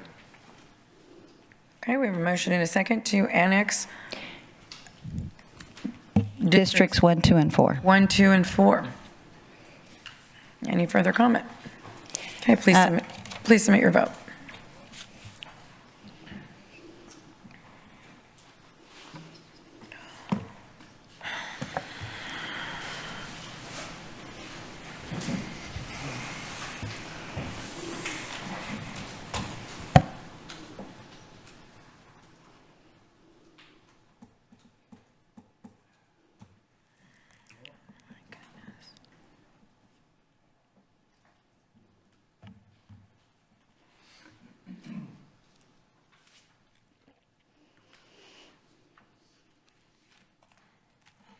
Okay, the motion fails. Heather, go ahead. Hi, good evening. Okay, Mayor and Council, actually afternoon. I'm Heather Hilbert, Assistant City Manager. Can we go ahead and pull up the presentation? So today for consideration is the approval of the Industrial District Master Agreement. So just talking a little bit about the Industrial District summary is currently there are over 80 separate Industrial District agreements. There's a total of $7.6 billion in total value of improvements which are located within all the industrial districts. There's $424 million worth of land value that is within the industrial district agreements. Through the industrial districts, they will remain outside the city limits, and the city will not provide services to those companies and to that land that is located within the industrial district. But the industries will pay pilot, which is a payment in lieu of taxes. The IDAs are considered a vital economic development tool, and that helps to attract, retain high-wage jobs, which helps the region's economy. So based off of the new master agreement, we have an increase of 19% in the payment in lieu of taxes for improvements. That will produce $120 million over the 15-year term, which will produce about $109 million for the general fund for general services, and a little over $10 million, which will be allocated to streets, as 10% of the industrial district revenue does go to streets, with 5% going to residential street program and 5% going to general street maintenance. Over the life of the 15-year term, all industrial district agreements will produce approximately $760 million worth of revenue. Of that, $690 million will be for the general fund and $69 million will be for streets. These projections are based off of a 5% growth year over year. Over the past 5 years, we have experienced higher growth, but for estimation purposes, we wanted to use a conservative value to show what these industrial district agreements can produce. So what is an industrial district? So the state law allows for the industry to make a payment to cities in lieu of annexation inside the city limits. And so these are designated geographical districts within our ETJ, our extraterritorial jurisdiction. City services and regulations are not extended into these districts, so the city does not provide public safety, does not provide maintenance, does not provide code enforcement, does not provide any type of service within our industrial districts. And also they are not subject to many of the regulations or building codes, things along those lines, that are within the city limits. Many of these industries are regulated by other agencies, and so it's not that they are not regulated, but they are regulated by other agencies other than the city. So these districts encourage economic stability and growth by encouraging the location, retention, and expansion of industries within these districts. So here is a visual representation of where those districts are. We do have the industrial districts within both Nueces County and San Patricio County. Within Nueces County, there's District 1, 4, and 2.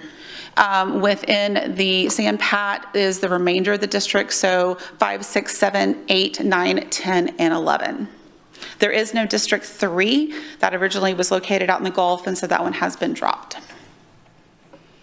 So looking at the history of industrial districts, so the city has a 40-year history with industrial districts.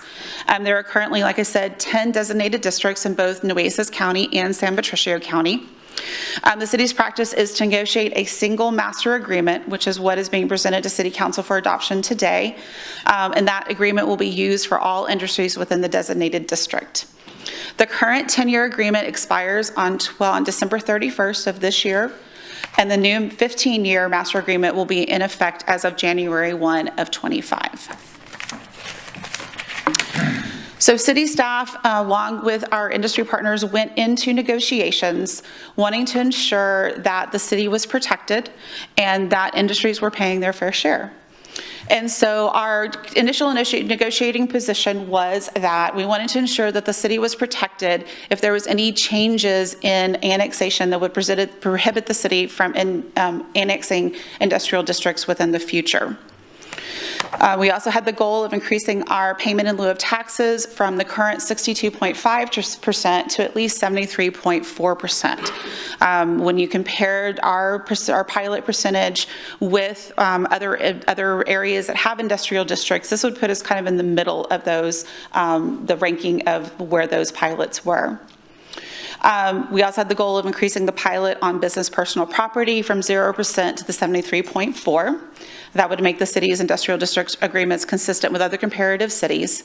And then finally, we wanted to make sure that backflow prevention is required for all industries as part of the industrial district agreement. So we started the city team began looking at the industrial districts and doing research back in summer of 23.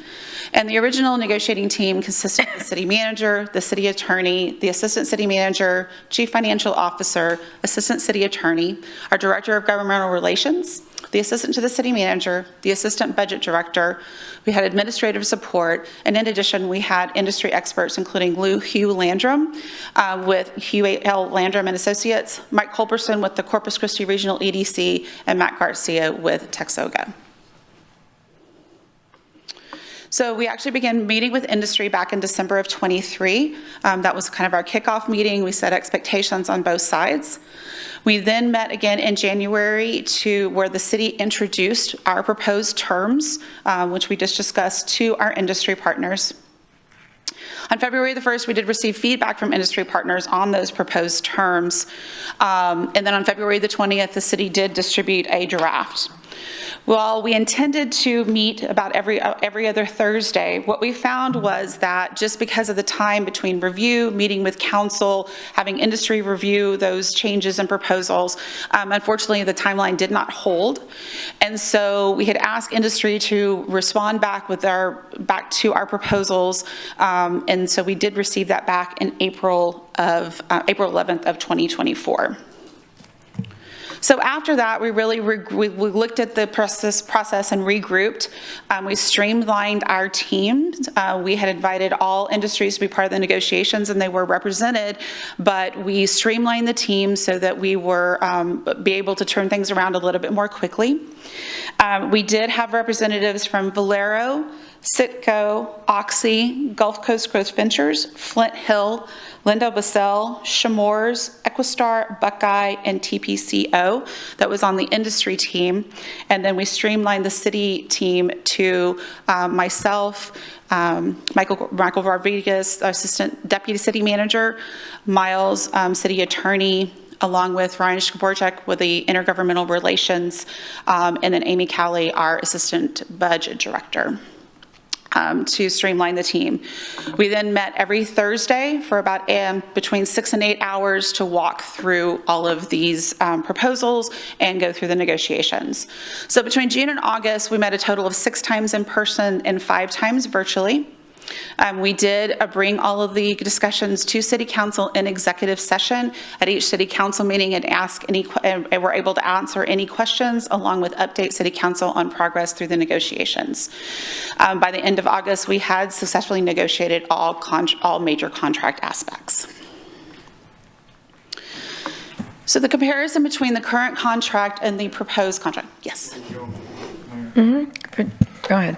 So, Heather, in all of those negotiation meetings, to clarify for the public, there were never any council members involved in any of those discussions? No, there were not. Okay, thank you. No, we came back and we would brief council in executive session, but there were no council members, representatives within the negotiating sessions. So comparison between the two contracts, if you look at the current contract, which expires at the end of the year, and the new contract, which will be effective as of January 1, the pilot or payment in lieu of taxes on land remains at 100%. So what that means is that the companies will pay 100% of taxes that they would pay if they were within the city limits. On our new improvements, we do allow for an exemption exemption for years 1 through 4 once an improvement is placed in service. That is consistent across both contracts. So that was present in the prior contract and is present in the current contract. The pilot on existing improvements, so those would be improvements that are in year 5 or beyond. The pilot in the current contract is 62.5, so companies will paid 62.5% of the taxes they would pay if they were within the city limits. Through the negotiations, we were able to negotiate a 19% increase up to 74.5. So going forward, as of January 1st, fiscal year 26, companies will pay 74.5% of the taxes that they would pay within the city limits. We did negotiate to allow for 100% exemption for the TCEQ pollution control. This property or this equipment is allowed 100% exemption by state law. So if industries were within the city limits, they would receive 100% exemption on this equipment. In our prior contract, there was not an exemption, and they did pay 62.5% of the taxes on that equipment. But as part of the negotiations, we did allow for a 100% exemption on that equipment. Now, the equipment accounts for about $300 million in valuation, which is only about 3% of the total valuation of improvements across all the industrial districts. So while $300 million does sound like a lot, when you look at the $7.6 billion, it's a very small percentage of the total assets. The next item is for annexation. So in the current agreement, the city could only annex by involuntary annexation if there was a company default. And so one of the challenges we looked at is the fact that the state legislature has continued to decrease the city's ability to annex. Industrial land within industrial districts is specifically carved out and is able to continue to be involuntary annexed, but we've really wanted to make sure that we had the safety that if anything were to change within the legislature, that the city would be able to annex those properties in. And so under the new agreement, there is a signed voluntary annexation petition. So that is signed by all companies who have industrial district agreements with the city. And the city is able to accept that petition if, one, the IDA landowner defaults, so if they default on their payments or choose not to enter into a new agreement, or secondly, if the Texas legislature approves a bill that would result in the prohibition of annexation. If that happens, the city is able to move on that or accept that voluntary petition for annexation. And then part of the new contract also does allow for a 380 agreement, which would be put on top of that if they were in the city limits, which would allow for a rebate of taxes to mirror what is in the current IDA. So they would be annexed within the city limits, but then instead of them paying a portion of the taxes, we would rebate that portion back to them above the 74.5. So looking at the term, our current contract is a 10-year term. The legislation has changed and so does allow up to a 15-year term. And so we are proposing a 15-year term within the next agreement.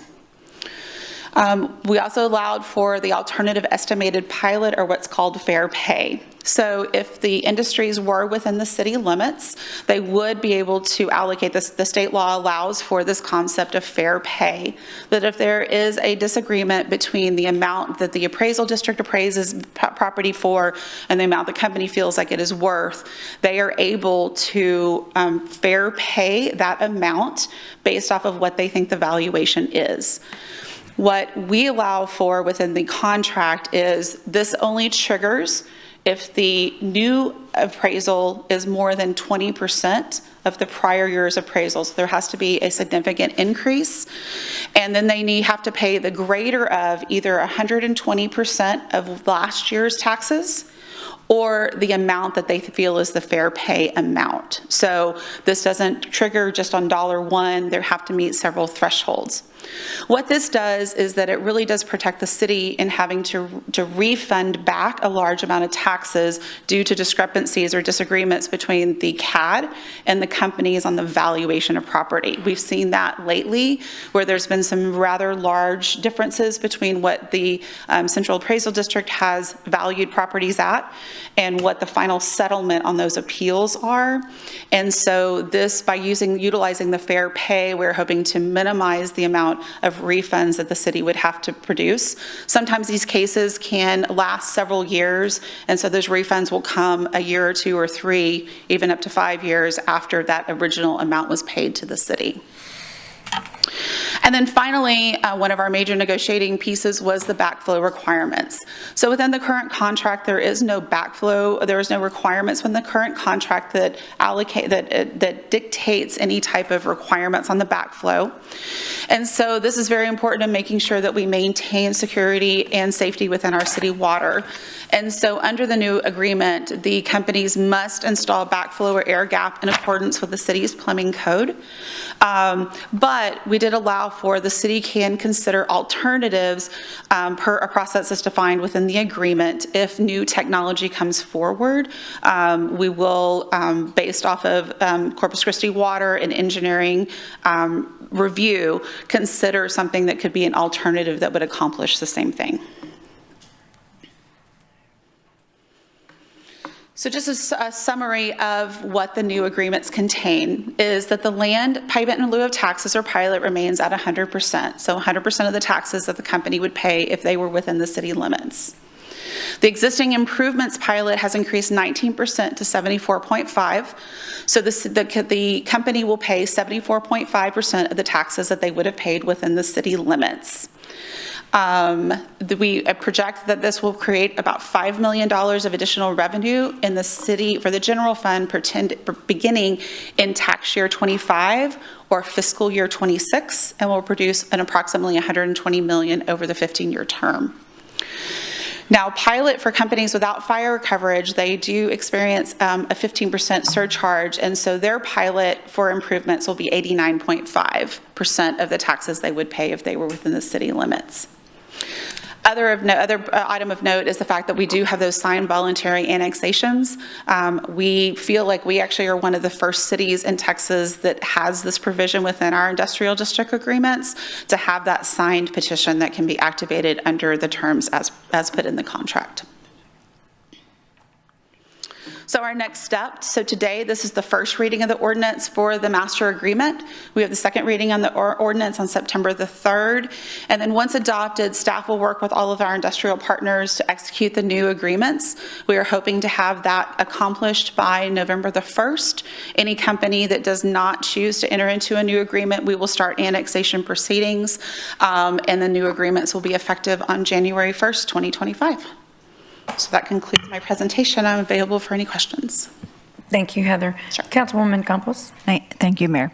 I guess the first question would be, you know, in your the page 3 of your resolution, where it says financial or fiscal impact. I've asked before, what would be the fiscal impact if we were not to proceed with this agreement?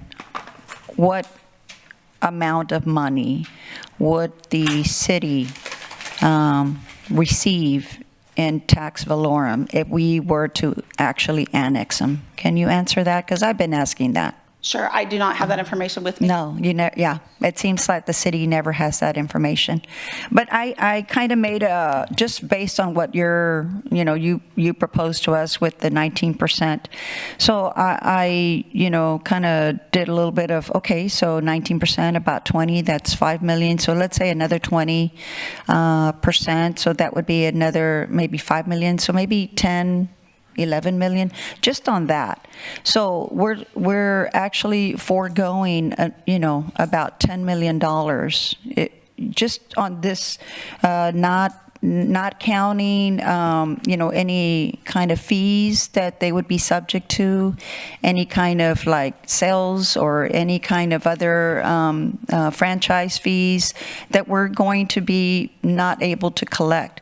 But why is it that the city has never come up with that amount of money? I mean, you have the staff, you have the county appraisal. I know that you've been in contact with them. Why is that, Heather? That's just something we haven't calculated. One of the things you do have to take consideration, though, is that while it may produce an additional $10 million, that's not taking consideration the cost of extending services, extending road maintenance, fire, police, things along those lines. And so it would be a net effect of that. So it wouldn't be the full $10 million. Okay, and just on that point, because that issue has been raised before about the roads and about our fire and our police. They're already on the fence line with us when I was referring to the 1, 2, and 4. So it would not be any more different than we already have. We already have fire and police out in those areas, so it wouldn't be as much. We actually do not. We do not provide fire service or police. No, I know we don't, but those services would be available if we were to annex them. It's not like we have to, build another substation or anything like that. Those services those amenities are already there. We already have fire and police ready to be extended to those districts, that area, if we were to annex them, correct? No, we would have to add personnel, and we would have to look to see what response times are, things along those lines. So we would anticipate that we would have to add stations or substations. Okay, well, there would be some, but in the same token, we'd also be receiving more money from industry. The other is, did you, I know I sent it to, at the very beginning when I first got elected, which was document that's called WePayTheyProfit.com, and it was done by a nonprofit. It's called AutoCase, and it basically goes back just trying to justify or look at how much, taxes we're giving up for each job. And through their calculations, it's almost like $1 million per job that we will not be able. We've been paying for these through these IDAs, through these agreements, because we get locked in. For 10 years, they don't pay in the first 4.5 years of any kind of improvement, while everybody else does. And this is the kind of things that we as taxpayers and us being public servants would be looking out for. When I was looking at who was on the committee, it just seemed to me that it seemed to be more lenient to industry as opposed to regular folks like us, just looking out for our own taxes. So for me, it just didn't look like it was very properly, the group itself wasn't very balanced. So, but I also wanted to mention that another main reason why I have been advocating for annexation is, again, also the water. We finally did pass the water rates last year, and thank goodness, and we were able to raise them. But then they turned around and appealed to the Public Utilities Commission. Here we're thinking we're good neighbors. We've been extending. They provide jobs. They're always saying they provide jobs, okay. But then if you're a good neighbor, you don't do that to your neighbor. You don't turn around and appeal. Yes, they are entitled. I understand. But I just don't get that. And so, that should also cause us to look at who our neighbors actually are. The other thing is, the argument has always been, well, if we annex them, other industries are not going to want to come. But I hear from REDC all the time and the port, that we have several corporations wanting to come into our area. So I don't think we would have that issue. Do you think, Heather, if we were to annex them, would they leave? Yes, it's a possibility, but they've been here 40 years. These are multi-billion corporations. I don't think they'll just pick up and leave. So while the corporations would not pick up and leave, per se, you can't pick up a refinery or you can't pick up an industry and leave it, but what we've seen and through our research is that it can limit future investment. So as we're looking at either adding on different functions within those or attracting other industries within those industrial districts, it can limit that. It can, but the probability is no, it wouldn't, because we have, one is, one of the largest ports here. We've got a good, train station. We have the bay. We have a lot of things that other companies would be looking at. So no, I don't. I think we would still be attracting that type of industry. The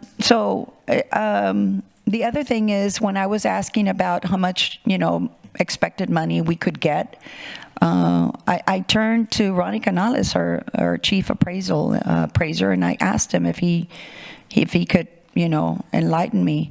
And the only thing that he could say is that we are missing out in millions. And so there is no actual number, but I know that we are missing out in millions. And the main reason that I know that we are looking at this for 15 years is that because of legislation. If it had been limited to 10 years, we would have been, we were doing that. But I didn't see you also compare us to the other industries that we based, we did, well, y'all did everything. You did all the negotiations. We didn't. All you would do is just come and summarize to the executive, to us, the city council. But is that something that y'all can share with the public as far as how our comparison is with other cities that have industrial district agreements? That wasn't something that I put within the presentation, but I did mention the fact that our 74.5 does put us in the middle. It puts us, Houston is 73.4, and that puts us right above Houston, but under some of the other ones. There's a few of them that are kind of outliers that are above us. Yeah, and the public doesn't get to see that. The other thing is that, and I have raised this issue before, is that when we do these kinds of negotiations, we do it for fire, we do it for police, we do it in the public view, but yet something like this that affects us with so much money is done behind closed doors. I don't understand that. Is that anyone can answer that for me? Peter? Councilman, this is economic development type contracts we usually do behind an executive session so that we don't lose competitive edge. But we do, then we eventually, like we're doing today, bring it out to the open session. And so it's similar to other economic development contracts or agreements that we develop. The protocol of the council is to take care of those in executive session so you don't lose any competitive edge or disclose information that could be impactful in a positive or negative way to the companies and the city for that matter. Well, I don't agree, and I know the majority of the public doesn't agree. I don't know. We had, of course, several people coming and maybe making public comment. We also had several people submitting written comment. But we seem to, make up, it's like it applies for one thing, but not another. We seem to be able to bend the rules for, one thing, but not the other. Again, double standards. I also don't agree that even if we were to annex them, we have it in this contract that they would still get the same agreement, the 380 agreement. Again, something that totally benefits industry. What is it that's for us, for the public? So, of course, I will not be supporting this, and we've already had our vote. I know that the other council members are not going to be supporting this. So I'm just letting the public know. I wanted them to see where we stand as a council, that we have a big difference of opinion. I'm not a part of, these corporations or these type of business. All I'm trying to do is just look out for the public and the public dollars. And this deal just does not do it. And I can't believe that we're even actually considering 15 years. So leave it at that. Thank you, Ms. Campos. Councilman Suckley? Thank you, Mayor. And with respect to Councilwoman Campos's comment about speaking for the majority of the community, I don't think that's the case, but I'll defer to her to defend that. I did want to mention, I think it should be in the presentation or at least discussed, is also regarding one of Councilwoman Campos's comment about public safety in particular, and the fact that we're next to the fence and why couldn't our existing fire department do it and it wouldn't take any additional cost. Is she was part of the party that went over to the Refinery Terminal Fire Company, I think, last year and took a tour, and that is a cooperative industrial fighting group that most of the industrial folks that we're talking about here that are in the IDAs spend tens, if not hundreds of thousands of dollars per year to be a member of that industrial fighting group to provide that additional public safety that they don't get because they are not getting covered by city services. So I think that's important to know. Thanks. Councilman Barrera. Thank you, Mayor. I believe I asked early on if we annexed at the current level that it would be 41 million is the revenue. Now, earlier, and just for, at least to clarify for the public, earlier Mike Culbertson made a comment about the challenges facing the school districts in the county. Yes. Can you kind of explain that for the public? What, Yes. that we, by having a pilot, then that's circumvented, and how does that benefit us? Sure. So by having these industrial districts, so this, what they pay is not a property tax, it is a payment in lieu of taxes. And so because this is outside our city limits, this valuation is not included in our truth and taxation calculation. And so what happened with the Nueces County, Del Mar, and the school districts is that there was a large increase in the appraised values. And the truth and taxation calculation really doesn't have a mechanism on if you know that those if you know those appraisals are going to be fought, you still have to do the calculation as if those appraisals are standing. And so Nueces County, Del Mar, and the school districts had to lower their property taxes rate as a result of that, because your maintenance and operation can only increase 3.5% year over year on the same properties. So what those appraised values were on the same properties, not on new properties. And so the valuation was artificially basically inflated, and then it's continuing to be resolved through the courts. So the truth and taxation calculation doesn't take that in consideration. So by having this as a payment in lieu of taxes versus a property tax, we aren't subject to those same limitations and or challenges with when there's big swings in the appraised values. Okay, and yeah, so it doesn't cap us at 3.5%. So It also does not cap us at 3.5%. So if we do expand, if we do have more growth than 3.5%, then where our pilot is not capped, and so we could realize that full growth. Excellent, excellent. Now, with regard to there was a statement made up about water. So I guess on their water bill, they have also stormwater fees and wastewater fees? They have neither of those two, because but we don't provide any of those services. That's we don't the thing. provide them with any services. We right. provide no underground utilities. Right. We provide no underground utilities. They manage their own stormwater. They handle their own wastewater. Right. What is it?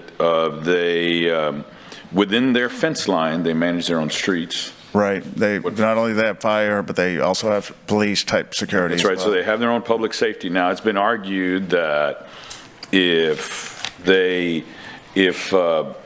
requested our assistance, we provide assistance. But just like anything else, without our outside the city limits, there's a fee attached to them. Right. Correct. And then if an ambulance has to go inside, then obviously that's typically, I would think in that particular situation, it'd be covered by some kind of insurance, whether it be workers' comp or somebody's health insurance, depending on. And we have a billable rate that Councilman Hernandez helped us develop, and so they would be issued. There'd be a rate that we would charge them if an ambulance or a fire truck had to go on the property. Yeah. Right. So we can recoup the monies for those. So in essence, they're paying us 74.5% when we have no cost associated for public safety, and in addition, their firefighters require additional training as a result because of all the access to chemicals and those type of hazardous materials. Yeah, it's a more sophisticated, more elaborate skill set that they need. As we've seen at RTFC. Exactly.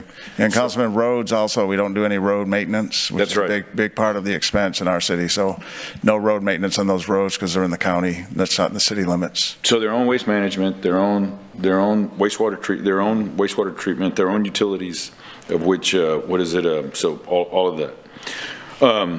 And then the thing I've said, there's a couple of things that I've said. I say it, industry or any business owner is just looking for a predictable regulatory environment. Right. And by having that predictable regulatory environment, it helps an employer or any type of industry for any type of expansion, whether it be for battery storage or Bitcoin mining. It provides a predictable regulatory environment, so that way that business doesn't go to another part of the state or another part of the country. Right. So we're able to capitalize on that. And in doing my research, 10 years ago when we enacted this particular industrial district agreement, the revenue was about $5 million, brought in about $5 million in pilot, right? 5 years ago, the revenue was about $10 million in pilot. So today, when we're renegotiating this, I believe in 2023, the revenue brought in, well, we said, 2023 was $28 million in pilot. Right. Exactly. So in essence, in the last 10 years, well, let's see, I guess from 5 million to 30 million. 500% increase. Yeah, 500% increase. All right, says the accountant. Says the bean counter. So we've had a 500% increase in revenue for the city of Corpus Christi as a result of all the jobs and all the expansion of the economy. Right, and that's used in the city limits, so none of that gets used in the industrial districts. Yeah. Right. So that's $33 million now that we're going to be able to utilize for streets, public safety, for the rest of our community, to fund our firefighters, to be able to provide competitive wages and salaries to all our employees. Right. Exactly. So, I think number one, I want to say your team did a great job. I think they did a great job, and I think they recognize that the current industry is our partner. And I think, with regard to comments that were made with regard to them being stewards of the environment, well, there's other regulatory agencies that basically, what's the word I'm looking for? Enforce that, whether it be TCQ or the EPA, So whether or not somebody may say, well, you could involve some type of rhetoric in there like, oh, come on, really? You're going to trust TCQ? Well, I'm sorry, that's not our purview. We have the state overseen by a conservative conservative administration, and the federal basically run by a more liberal, I guess, organization. So I think that's the balance of where it works. So the thing that I've said before, and I think the issue with the water, with regard to the dispute, I go back to, and how many minutes am I, Michael? You're at 5. 5.48. They put that out. Yeah, they didn't put it out for Sylvia. So anyway, I'm gonna. 6 minutes. Yeah, I know, right? So with regard to the statement that was made with regard to water, and then coming back to dispute, it goes back to, like I said, I think we learned our lesson and recognized that we need to provide, and that's the argument I made last year, is we have a responsibility to provide a predictable regulatory environment. And I think that's the challenge that, at least that's been voiced to me, that, hey, we just want to have a little say-so on how this goes. So with that, great job. I think we're sending another message that Corpus Christi is open for business. All right, so thank you very much. Thank you, Councilman. Councilman Klein. Oh. Thank you, Mayor. Heather, thanks for the presentation. I had a couple questions. I think I mentioned this to you by email yesterday. I'm going to ask it again. Sure. Just because I'm looking at the language in the memo here. This is on the second page of the memo. It says, and I'm quoting here, I think I've got this quoted directly, the new IDA allows companies to submit an alternate estimated pilot in the event there is legal challenge to the appraised value. Upon finalization of the lawsuit, the pilot is adjusted to reflect the adjudicated value. So in reading that, and this, we had an interchange by email about this, that reads to me, I read that as saying that even if we are not going to annex them into the city now, even if we're going to continue the IDAs, that we are really in the same boat as the county or the school districts or the Del Mar district as well, because if they challenge their evaluation, now suddenly they can insist that upon the finalization of the lawsuit, the pilot will be adjusted. So does that mean we're going to be giving money back to refineries, whoever happens to challenge it? Sure. Yeah. So to clarify, so the reason that the Nueces County, Del Mar, and the school districts are having challenges with their property tax rate is because of the truth in taxation calculation. It really doesn't have anything to do with the fair pay.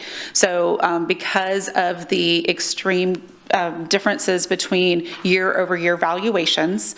It grew more than the 3.5%. It was capped at 3.5%, so they had to lower their tax rate as a result of that extreme fluctuation in valuation. What the Fair Pay Act does, or what the Fair Pay provision does, which is also allowed by state law if they were within the city limits, is if there is that extreme valuation swing from year to year, they are able, so we put provisions in which are more stringent than what state law is. So there has to be more than a 20% swing from year to year or increase. And what it allows them to do is pay the greater of 120% of the taxes they paid in the prior year, or what they think that is the fair pay. So say for illustration purposes, say the land was, or the improvements were valued at $100 last year, and now they're valued at $200 this year. If the company says, you know what, that we don't believe that our stuff is worth $200, we think it's worth $150. So in that case, they would pay us the pilot on the $150, not the $200.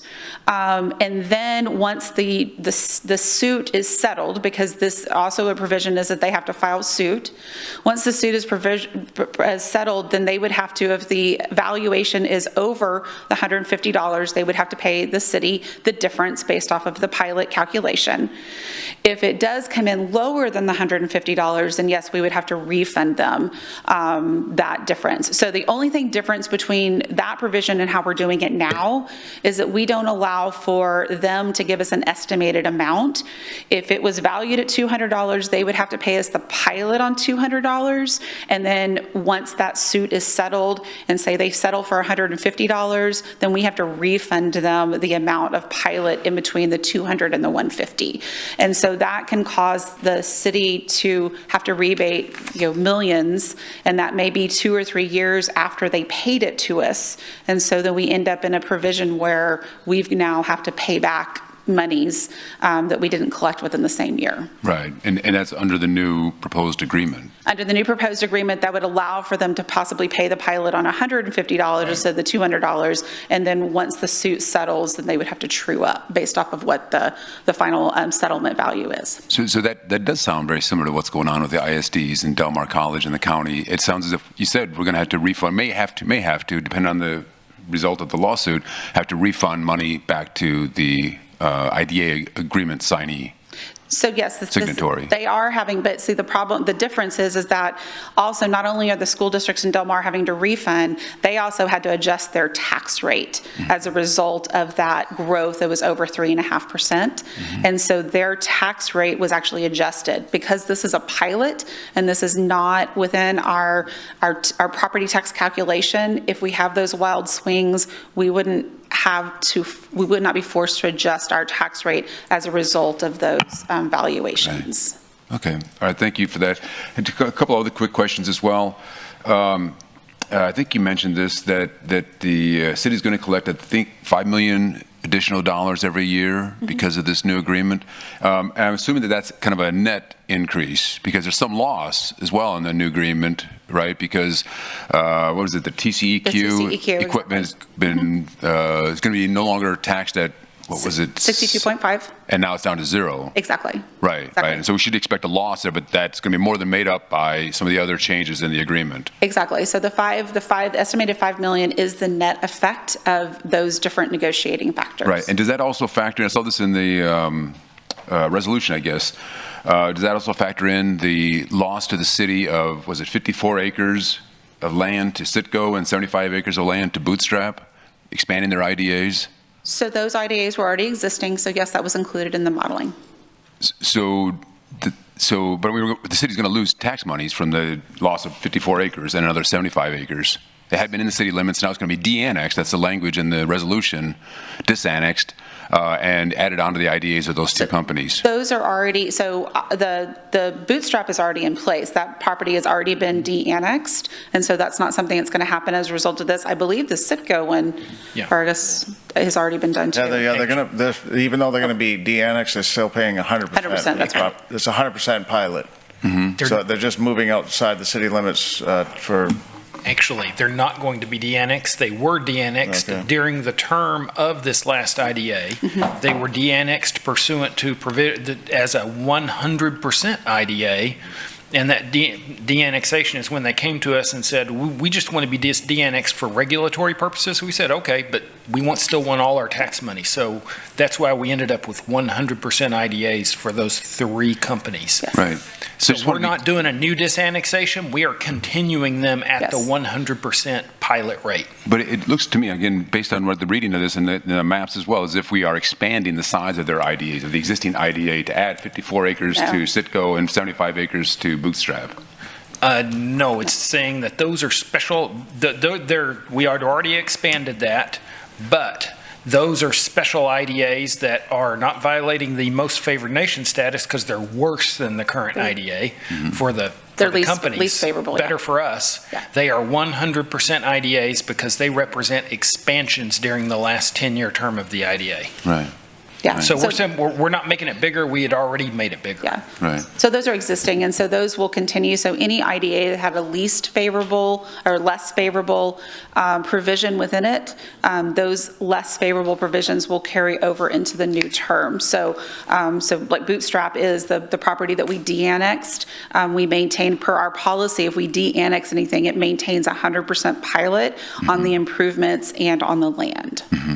Okay. One other question I had as well, there was some talk earlier about roads that the refineries, the industries more generally, don't really use our road system.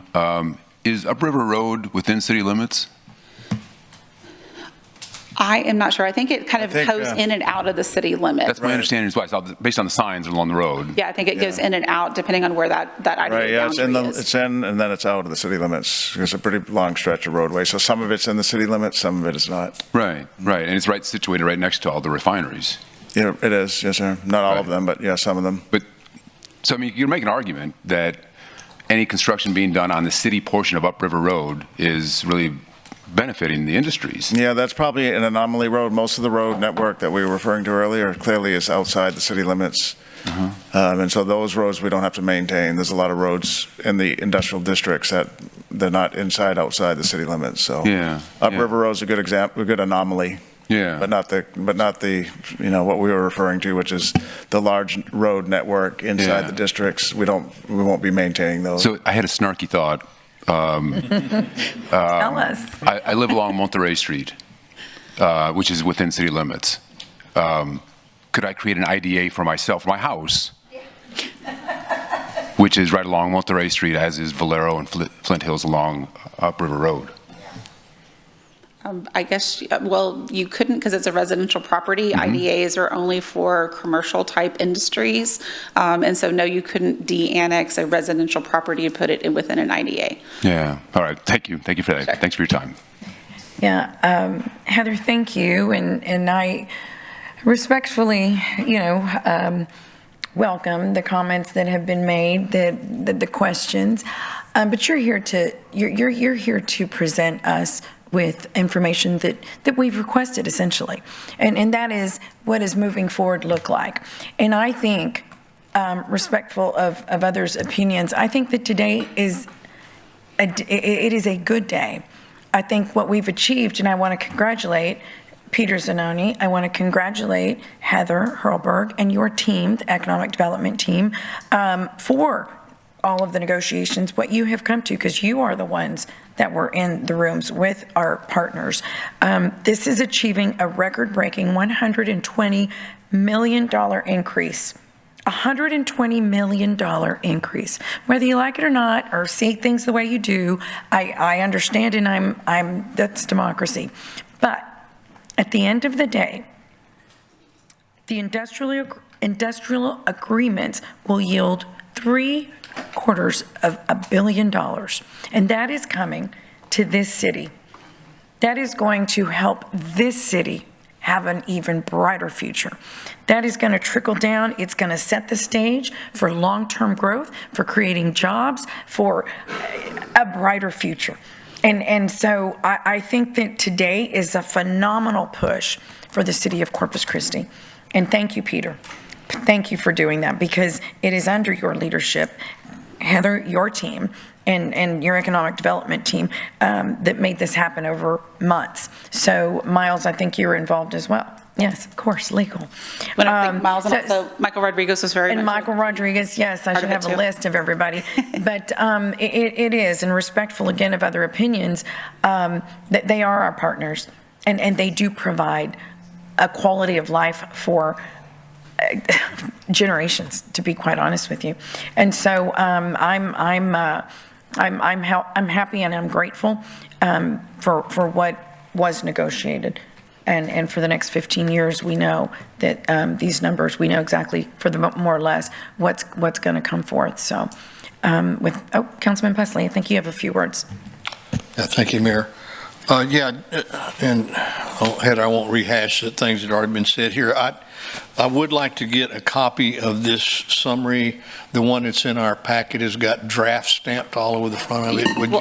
I will. Would you please email us a final copy? Yes. So that we have that for our records and for when people call and ask questions. It's very helpful. Also, we have a good one-page summary too that we will make sure the council gets to. Please. I'll send those both out this afternoon. Awesome. Thank you very much. And I want to echo my thanks as well. And I won't try to name everybody because I'll leave somebody off, but you and Peter and Michael and everybody else that were involved in this, I know it was a long period of negotiations. A lot of work went into this. And I think, as the mayor said, I think it's a giant step forward for the city. And as Councilman Barrera always says, it just sends out the message that we're open for business and that Corpus Christi is excited to do that. I do want to briefly hit on just a couple of things with respect to roads and Councilman Klein, in respect to Up River Road. I grew up next to Up River Road in the Donna Park subdivision, and it is a unique kind of an anomaly because the part of Up River Road that runs from just west of Donna Park covers several residential subdivisions. There are still several residential subdivisions that depend upon Up River Road and the city's maintenance of it. So it is a unique anomaly, but just past that, it turns into the part of the county's responsibility. It's outside the city limits. And the roads within the refineries, and it's already been talked about here, they're numerous. If you've not ever taken a tour of, like, I know several years ago, Valero took me on a tour of their whole. They have lots of roads, miles of roads back there that we would be responsible for. You can eat up $10 million, as we all know. $10 million doesn't fix very much road. Fire protection. My son-in-law was part of the RTFC. He trained with them and was an RTFC firefighter. And I've been out there many times, and the firefighting that's provided by that is a very special training, and they go through all sorts of special training. Fighting a refinery fire is completely different than fighting a home fire or something. And with respect to the water protest, I remember receiving those documents, and a large number of people who protested our water increases were homeowners that live outside the city limits of Corpus Christi. And so they were on that list as well. With respect to the public view, I agree with Councilman Suckley and Councilwoman made the comments that we're looking at a majority view, and I don't believe that at all. And we're not bending the rules for anybody around here. And we are looking out for the public. We are looking out for what's better for this city. And I strongly believe that, and I believe this IDA does that. It moves a great deal forward from where we were before in the last IDA agreements. So again, thank you very much for your hard work. I think this is a giant step forward for our city. Yeah. Thank you. Councilman Roy. Again, I want to say thank you. I'm not going to go through and repeat what's been repeated already, But, you know, today, in terms of looking at this accomplishment, I see this almost right up there with DSAL. It's a tremendous accomplishment for what it does for in terms of the stability of our area. And, you know, I keep reminding myself when we hear about the number of people that maybe didn't want this IDA agreement, that when you take a look at the number of workers and the people that benefit from the refineries, it totally outweighs anything in terms of a few people that may not want this IDA agreement. The other thing is that I keep hearing this reoccurring theme about we should negotiate these agreements out in the public. And I don't know, I think for the people that are listening, can you explain why we don't do that? Do you have the, or anyone, the Peter or? Yeah. Go ahead, Miles. I can, with the exception of those statutory type agreements that are like collective bargaining agreements that we specifically, where the process is provided by statute.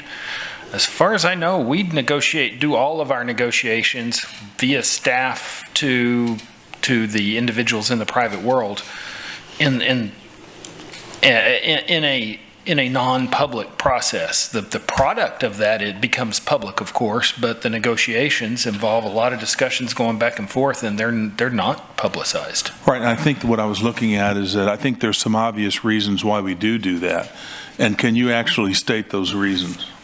Well, quite often you're having frank discussions about people's financial abilities and willingness to be able to pay, that they might be unwilling to share some of that private financial data if they had the public looking in. Yeah, okay. Thank you. I just want people to know that this isn't something that we're doing arbitrarily and that we're trying to preclude information, but it's a necessity in terms of protecting those organizations and protecting the city. So again, I want to thank you. I want to thank the staff. You guys did a wonderful job. And again, we've made some history. Thank you. Councilwoman Campos. Thank you, Mayor. As far as the negotiations, aren't most of these corporations public traded companies, so there is no secret how much money they make. So let's just clarify that. The other is, I just wanted to just reiterate what the mayor said. I think she said that we are going to be making $750 million off this. And I'm just looking at what we're leaving behind. If we're looking at $750 million, I'm estimating we're leaving a quarter behind. So it may seem like a good deal now, but it really isn't. And for the city to lock us in to a 15-year agreement doesn't seem like a good business sense. I mean, most of the council members here on this council are business professionals, and it just seems hard to believe that they would agree to an agreement like this if it was their money. So really, with that, I don't know if I can possibly make an amendment to this motion. Can I make, I guess? I'd like to amend that, we at least try to reduce it to 5 years, if we could do that. Okay, well, we would need to bring I don't think we've had a first or a second on the motion, and we'd have to have a first and a second in order to bring an amendment forth. Okay, and I need to open public hearing on this first. So I'd like to open public hearing at this time. Is there anyone in the audience that would like to make public comment on item number 7? Come on down, Mr. Hale, and then Mr. Paulison.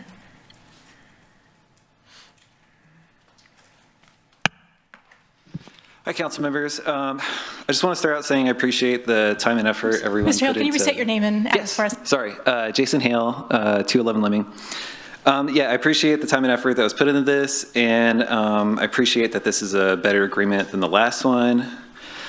For me, the biggest deal is that the alternative was not evaluated.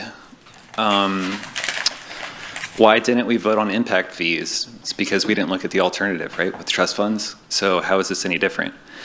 I would just like to have a clearer picture so we can make more informed decisions on what details would be for the alternative. I would also like for the agreement to be less than 15 years. That seems just like undemocratic to me. And yeah, we're running out of water, or we ran out of water, and new growth will lower our air quality, pushing us towards non-attainment. And unlike with water, you can't buy a desal plant to improve the air quality. I don't think we have a competitiveness problem. I feel like if we got rid of the IDAs, people would still be more than willing to come down here and open their businesses or expand them. So I would just like to ask that you take a closer look at the alternatives. Thanks. Thank you, Mr. Hale. Mr. Paulson.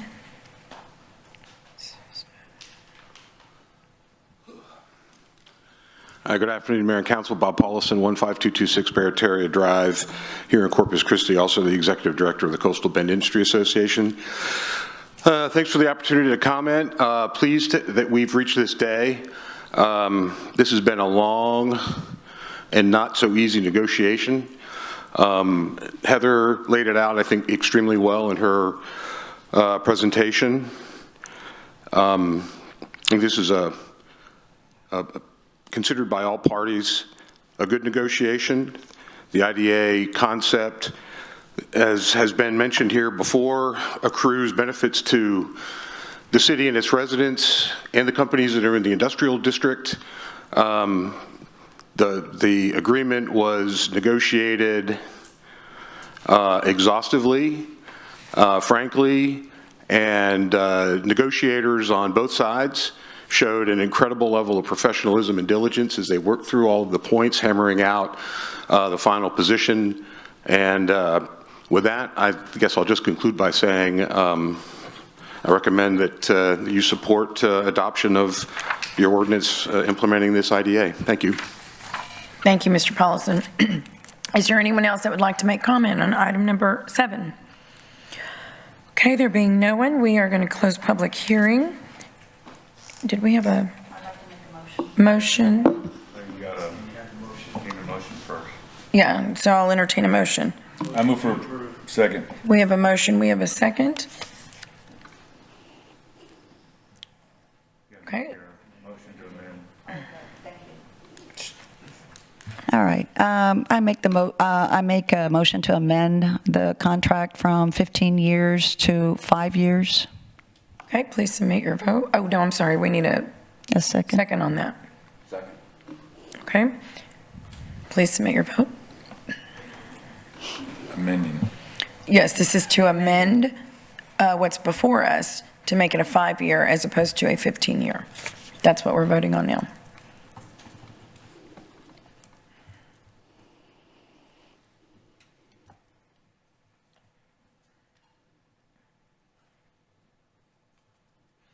Okay, the motion fails. I'll entertain a motion. Oh, we have a motion and a second, so. Can I make another motion? Mayor, I'm going to make a motion to call the question. Okay. Okay, so. Well, can I still make a motion? We have a motion on the floor. We have a motion, and so we're going to vote on that motion now. If it fails, you can. So please submit your vote on the original as presented motion. Yeah, Roland seconded or? Yes, Roland and. I call the question, I need a second on that to move it forward. No, second. Oh, well, we moved it, but okay, we have a second, okay. Please submit your vote. As presented. 7-2. Okay, the motion carries. Heather, thank you. Thank you. And our last item of the day. No, we have to now vote on the motion that was made by Councilman Hernandez and seconded by Councilman Barrera for Stephanie, what? approving the amendment. We just voted on it to call the question. In discussion. That's true, but if you look at what we voted on, we voted on. Well, because So you're gonna have to start it over. Well, it's because you called the question after we had already moved forward, but same difference. Yes. We can, I mean, it's the same difference. So what do you want to do, Stephanie? Probably should do it just in case, right, Mayor? Okay, just do it. Yeah, That's fine. I can do a Okay. revote for that. So we're submitting our vote on what? What are we submitting a vote on? Stephanie? Right, so they're saying that what we just voted on with the 7-2 was the motion to call to question. Okay, so Right, and so now then this vote, so it was worded incorrectly then on the screen. So then this vote would be that to actually vote on the actual agenda item number 7. Okay, so we're voting again, yeah, okay.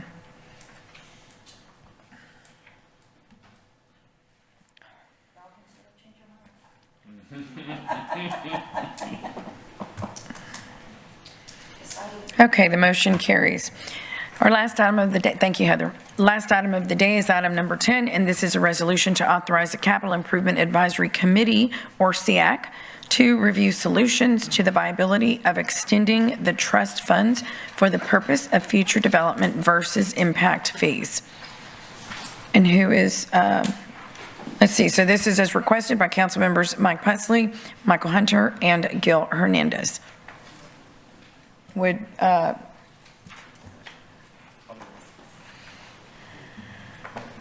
oops. Well, it's pretty simple, yeah. We've got some comments. Councilman Campos. Oh, was that from before? Councilman Suckley. Hang on a second. Go ahead. Thanks, Mayor. I talked about this a little bit last week, but unless Michael Dice has some words of wisdom for us, it's going to change my mind. Is I'm still struggling with that we would now divert to looking at the trust fund when the current path that we're on, that we've been on since council decided this path, whatever it's been, 2.5 years ago, the previous council decided this path, and we've invested $4 million to get here. And if I recall, SEAC voted in support of impact fees 13-2, and the 2 dissenters supported impact fees. They just didn't support the correct amount. So we had unanimous support from 15 SEAC members that were appointed by the majority of us to move forward with impact fees, and now we're going back to looking at the trust fund model. So I'm going to need some convincing to understand why we would divert now. Yeah, and let's get some clarity on that. I don't know that we're diverting. I think you were just saying, what does this model look like, correct? And then we can figure it out if there was. I'm perfectly willing to make some contributions to that. If I can kind of interject on this, is that we still have to go through the policy part of this for impact fees. Wasn't going to be implemented until October of 2025. We're not eliminating the $4 million. As a matter of fact, even if we didn't, we benefited a lot from the research that was done to do all our master plans to where they're put on GIS. There's a lot of good stuff that came out of it, even if impact fees aren't necessarily done. Wasn't just wasted money, is what I'm trying to say. And Mr. Dice could probably confirm that. We did a bunch of capital improvement plans associated with it. Those don't go away if you get rid of impact fees or don't go to impact fees. So there's a lot of benefit that we still get from all that funding that we spent on this. It doesn't negate any of that. Secondly, the SEAC was prevented from looking at the options with trust funds, and that was specifically told to them because they weren't authorized to do so. It's not that we're saying go away from this, it says give us options. The biggest difference here is impact fees are a government solution to the development.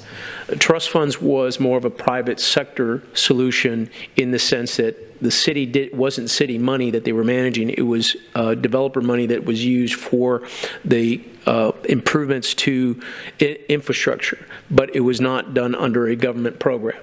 So I'm hesitant to go to that government control model when you have an option that is working well and has worked well since the 80s. there are some challenges with it. Obviously, the perception is that only a few people get to take advantage of it. Eli McKay had even mentioned that during her comments today. Well, that can be addressed. Look at this to make it where it's more easily accessible to an expansive area. Look at the different fees associated with it. There's nothing wrong with taking a look at it and giving us an option instead of a binary choice of yes or no. If you don't have a third option that could possibly be a better solution or can be more flexible, I think there's some opportunity with that. So I will make a motion to approve. Councilman Barrera. And I'll second. And is there a cost associated with this?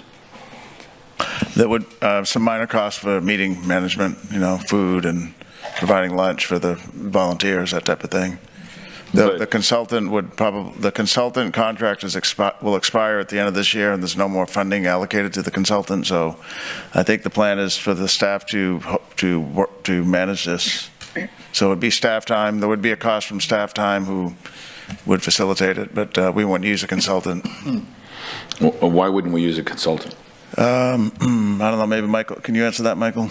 I think we understand the trust funds better than anyone, so. Correct. Mike Dice, Development Services. So as it relates to the trust funds, we would manage that in-house just for the fact we are the only city that has a trust fund policy, a trust fund setup. Any outside consultant would have to learn our setup to then begin that policy. So it's just easier for us to maintain. And when would we establish a timeline? Well, again, we're open to meet as soon as possible, so we can start meetings. It's now the end of August. We can start meetings up here pretty quick, September. But, a deadline to be able to make a decision, to be able to give us feedback. Well, that we would work with SEAC on how we would present, what they would request as information. As previously happened with the impact fees, a lot of meetings raised more questions, which raised more questions. So as we move through this, we would expect that it would be somewhat fast for the fact that it's been here, as Councilman Hernandez said, since the early 80s. We're not reinventing the wheel. We would look at what has happened and what are potential options going in the future. You're probably talking three to 4 months, I would imagine. Probably. Given the holidays. Again, we got the the holidays coming up. So right. The SEAC was meeting every other month. We were meeting monthly, once a month. Once a month, so, there'd probably have to be more than one meeting, a couple of meetings. Correct. So I would say spring, probably. Okay. We haven't met with the SEAC yet to review this. We've talked to the chair and some of the other leaders on there, but so it would be based on their availability. You said we've talked with the chair, so what was the feedback there? Chair's in support of having those meetings again. Yeah, Moses Masagachi, right.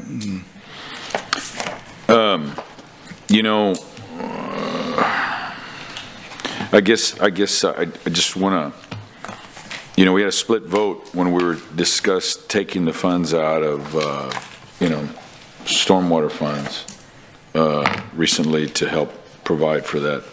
And I got on a box. I just want to see how much. I only have 36 seconds. Oh, I'm started. No. I was like, it's the other way. I was like, whoa. No, you're right. Well, first off, I got on a box last time and said, hey, we're politicizing this and, trying to find a solution. I just worry about how long we're going to continue to do that. Those are my concerns. The other thing, I went in this kicking and screaming. I didn't want to move away from the trust funds. And the reason being, and the reason I converted was because, once again, I wanted to have a similar environment to that of other communities, so that way we can entice development. Right. And Jim and Sylvia could say Corpus Christi is open for business, right? Because they want to have impact fees, and therefore having a predictability to what it costs a rooftop, to what it costs the working people, what it costs those individuals. If we're going to look at another source, I guess the thing is my thing is that, we've spent how many years on this already? I think 3. On this particular, yes. Yeah. 3 years on the impact fees. Okay, all right, thank you. I've had all my questions answered. Councilman Suckley, Thanks, Mayor. So do you have your light? I've had it on. Well, I've had your, Go ahead, I've had your Mike. microphone on. Go ahead, Mike. ahead. Good Lord. Okay, turn on your, yeah. It has happened to me. Stupidest system Yes, on it earth. happens. God, shoot me, please. Anyway, Good God. try to gain my composure here. I don't feel like that trust funds were ever fairly looked at by the SEAC committee. The SEAC committee, from my perspective, was told, hey, we're going to do impact fees. You can talk about how we did it in the past, but we're moving forward with impact fees. We're not going to look back at trust funds. Trust funds are funded in one specific way currently. They were never, in my knowledge of what the SEAC, and you correct me if I'm wrong, Michael, they never looked at if you expanded the funding mechanisms under the trust fund, how that would work compared to impact fees. So that's what we haven't done. And we need to take a look at that. And if it doesn't work, it doesn't work. The other thing is, and this has been from the 3 years ago when we started talking about this, this was my problem. This puts the control of development in the hands of city government. And we've already seen cities across the country using impact fees to stop development. In fact, the Supreme Court has now had to step in and say, we're putting a stop to that, because you can't go charge $10,000 a lot for an impact fee when you can't justify that that's what you're going to have to spend to develop that lot within a subdivision. So that is my basis for and the fact that we have people who come here every week and have since I've been on this council and speak about anti-growth and about stopping growth and about not being for growth, and those are the very people now coming up here and telling us they support impact fees. I get real nervous when somebody who's against growth starts telling me they're for something. So that's exactly why we need to look at trust funds, and the fact that we're the only city that does it doesn't mean that it's wrong. Thank you. Councilman Suckley. Thanks, Mayor. I respect Councilman Hernandez's and Pusley's comments about, when this process started and the fact that I wasn't a part of it. I guess it sounds like it was a unilateral approach to looking at only one option, and there was no interest in looking at trust funds. I don't understand that. I think it was a short-sighted of council to do that, if that's what we did back then. To get this far along in this process, it feels to me we don't like the end result of what this $4 million process has provided. So we want to look at what we have now instead. And to Councilman Barrera's questions about, timing, that was going to be my next question, is kind of, what are the boundaries by which we're moving forward with this new effort? If I'm going to support it, I need to know some defined boundaries, not just maybe, we'll target maybe spring. We don't know when the meetings will occur, but we'll do it, and we think maybe spring. Doesn't sound like it's going to happen on this council. I thought it was our responsibility to figure out whether impact fees or not were going to happen, and now we're pushing that to the next council and 6-8 months from now, apparently. But, in addressing Councilman Pusley's using his wording, expanding the funding mechanism for trust funds is, I think that if we are going to support what is being proposed today, then it's time that we look at increasing the fees feeding the trust fund now, as opposed to continuing to kick this down the road. Because we just bailed this out in our current budget proposal. We're proposing to bail out the huge deficit we have. We don't need to be adding to that because we're not being proactive enough to try and at least put a Band-Aid on the trust fund funding mechanism at this point. Thanks.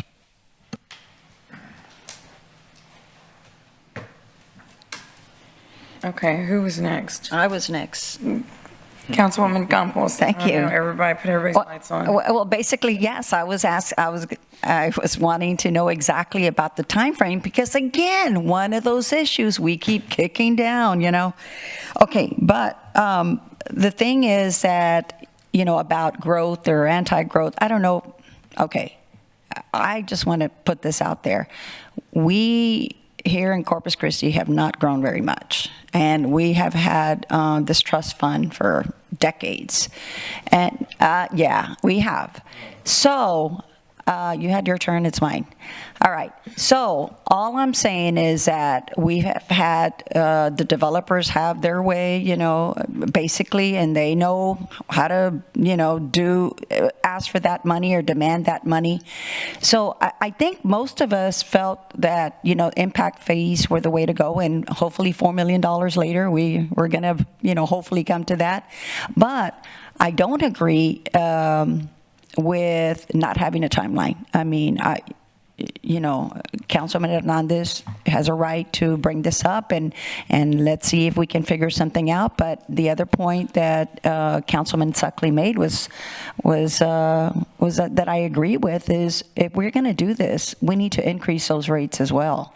So, we need a firmer deadline. Can we do this within this year? Can we just say, you got 6 weeks? I mean, what can we do? Well, being at the mercy of the SEAC itself, I'm under-promising and over-delivering, so I will do my best. But we have to meet. We have to lay out the groundwork for what they want to consider, how they want to consider. We have to provide staff presentation, staff research. So some of that does take time, and as we push into the holidays, there's always a conflict with the holidays. So January would probably be the soonest that would be available for us to get that done. Obviously using some of the stuff that we've already paid for those metrics and what may or may not be available. But I think that would be the best option at this point.